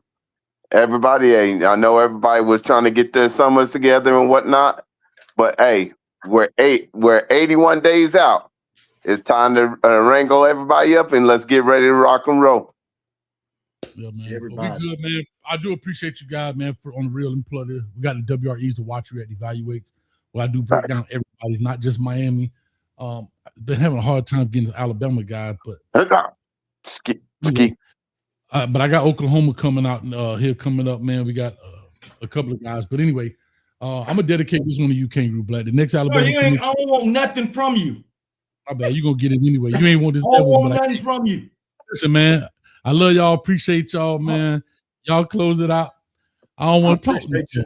Okay, tell everybody where they can find you. Oh, you can find me on Kangaroo Black on Twitter, even though I ain't over there, Kangaroo Black 1. You can find me on Instagram, Kangaroo Black 73. And a Pianoman, appreciate you having me. You and Bishop.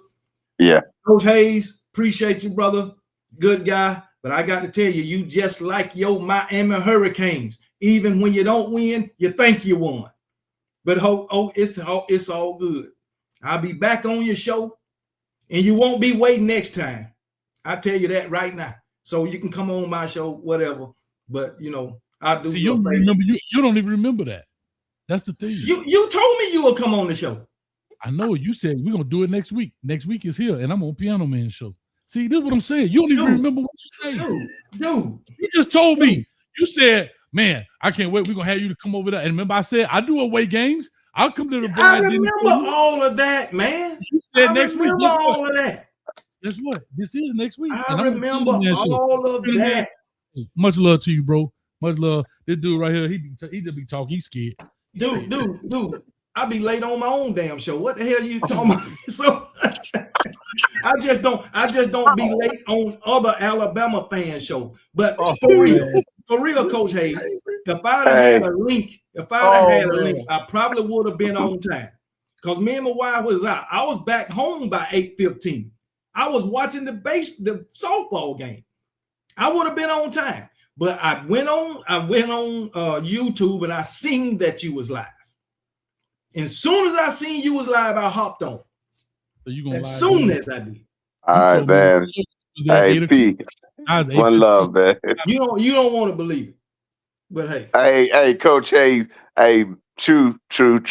Hey, we're gonna put a pin in this one. I hope everybody out there in the YouTube land. Hey, this is real. This is how the barbershop is. So it's coming back. So y'all come on through. Make sure you subscribe to each and one of these amazing content creators. Run the likes up and understand we're back and we're better than ever. Jeff Stapleton. Go and trip by the over. way, y'all, I am giving both to KB and to Coach. I'm about to do something a little different. And now that I've established some things, Coach Hayes, I'm gonna bring you in on that. I'll let you know what the business is here in just a minute. And I'll give you a chance to strut your stuff. You know what I'm saying? And I mean, hey, and when you start, just come correct now. You know, that's all I'm gonna say. He gonna come correct. He know what time it is. Now, that's all I'm gonna say. You know, if you a dude, you that dude. But if I ever find out you a dud, I'm gonna put some chocolate on you and nickname you Milk. You'll catch on with that later on. I don't know what it is. This sound Diddy-ish, dog. I'm good. Hey. You want to put chocolate on? Hey, man. I just want to talk about chocolate on your What's going on, Lord Dog? What's good? And then I'm gonna say, here lies the milk dud, everybody. Here you go, right here. Alfaru. Hey, Law. I ain't play with my food, Law Dog. I'm over here eating steak. Hey, but Coach, in a few days though, man, I'm looking to be in that area. I have relatives in your area, bro. And so Orlando, you know Orlando area? Yes. Okay. Yes, sir. In the Orlando, Tampa, Fort Lauderdale, Miami too. Yes, sir. Good. Yeah. DeLand, all up in that area. Lakeland, Daytona. He already knows my folks. All up and down Florida, so I'm very acquainted with Florida. Mm-hmm. Gotcha. So with that being said, roll tide. Because when I step up into play, everybody back. That's right. That's right. A roll tide. Alabama stink that bad. That's why they back. Like, God dang that. Come on, man. Alabama don't stink. God dang. Oh, okay. All right, man. But I'm smelling like Spirit of Dubai.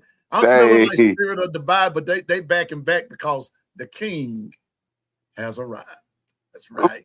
The king has arrived. It's bad that I can step over in your state wearing some Alabama paraphernalia and the Florida fan, whether they Florida State, Miami, Central Florida, Polk County, junior high, it don't matter what's going down. Everybody, when they see the king come through, everybody bows. And that you didn't even know y'all actually got an Alabama license plate in the state of Florida. Did you know that? Hey, the University of Alabama got a Florida license plate. We run everything. Relevant. We're relevant. That's right. And don't you forget. Y'all school so cheap. Everybody go there. That's why y'all got a bunch of alumni because it only costs $10,000 for 5 years of education. Come on, man. All right, now. Anyway, but I got to one love. Y'all trying to make my gumbo be it's gonna be cooled off. Y'all better get. It's time to go. But we appreciate you, Coach A. Thank you, KB. Thank you, Bishop. No problem, man. Hey, man. I appreciate you, man. And please, if you've never subscribed to Pianoman's channel, please do so. Please do. I'm just getting to the game and understanding how it go. But hey, I'm pretty cool at this, and I love it. but I love collabing with everybody. So, but please subscribe to my channel. And Coach Hayes, we got to do this again real soon. You are, hey, bro, you better than advertise, big dog. You better than advertise. Hey, don't tell him that, man. What's wrong with you? Hey, man, I give props where they do. I said he better than advertise. I ain't say nothing about his team now. I said, oh yeah, you know his team ain't worth a damn, but Coach Hayes, all right. So with that being said, we out of here, y'all. Coach Hayes, hey, man, you know what the players told Nick Saban? You know what they told him? What? No, I don't. For me to retire? No, I don't. What?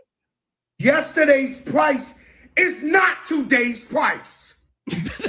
They told him yesterday's price, Nick, ain't today's price, Nick. You got to up that cash, homeboy. Up that cash, homeboy. Hey, and tell Jeff Stapleton, man, yesterday's price ain't today's price. Well, out here, man. Peace. Y'all be good, man. Much love. Well, you know what? Hey, Coach Hayes, I ain't got but one thing for you, bro. Roll Tide. Oh, there you go, right there. That's all I got to say. Don't worry. Appreciate you, family. Thank you, Hey, Bishop. appreciate you, family. Everybody. One. All right, Pianoman. All right, Bishop. I'll holler at y'all. Coach Hayes, you right, take it easy too, man. All right, all right. And again, right. Thank everybody for coming. We're gonna hop off of here. And just remember, just stay focused, drive, and go forward in the name of the Lord. And just just do what you do. Pianoman don't know everything. I just know what I'm talking about. All right. So with that being said, one more thing. I think I put it up there, but the Discord is always open. We put it up there 2 or 3 times at the Long Run with Pianoman Discord. It is open 24 hours a day. The 50-yard line. It's called the 50-yard line. And then there's another part up there saying, let's talk. Hey, now when we get on Let's Talk, that means we having a verbal conversation. So you're welcome to come on. All we just ask you to do, just be respectful, but you shoot your shot and everything. And I'm telling you, somebody's going, we love to have fun, but we talk about real life issues as well. But we talk about sports the majority of the time. So come on over to the Discord, and Bishop is there. Ever so often I'm there. The governor's there. We just have a good time. Come on over to the Discord and get yourself some. All right. But always remember, but I was about to say, it's okay to be a fan. Just be realistic. Just be realistic. All right. So again, thank you for coming. And so with that said, the kitchen is closed. The gumbo chefs have left the building. O-C-A-N-E-S. Canes. Let's go, baby. You forgot the sugar. But I forgot this right here. But I forgot this part right here. On behalf of Stephen Hicks and the voices of No Mercy, with the exception of the fans of the Alabama Crimson Tide, we wish you nothing but the absolute worst. That's it. That's it. So with that being said, we out, ladies and gentlemen. Don't forget to like, share, subscribe to all of our channels. And we're going to see you real soon. Thank you again, Coach Hayes. We are out. The Discord is open. Go over there and do your thing. I'll see y'all later. Roll Tide.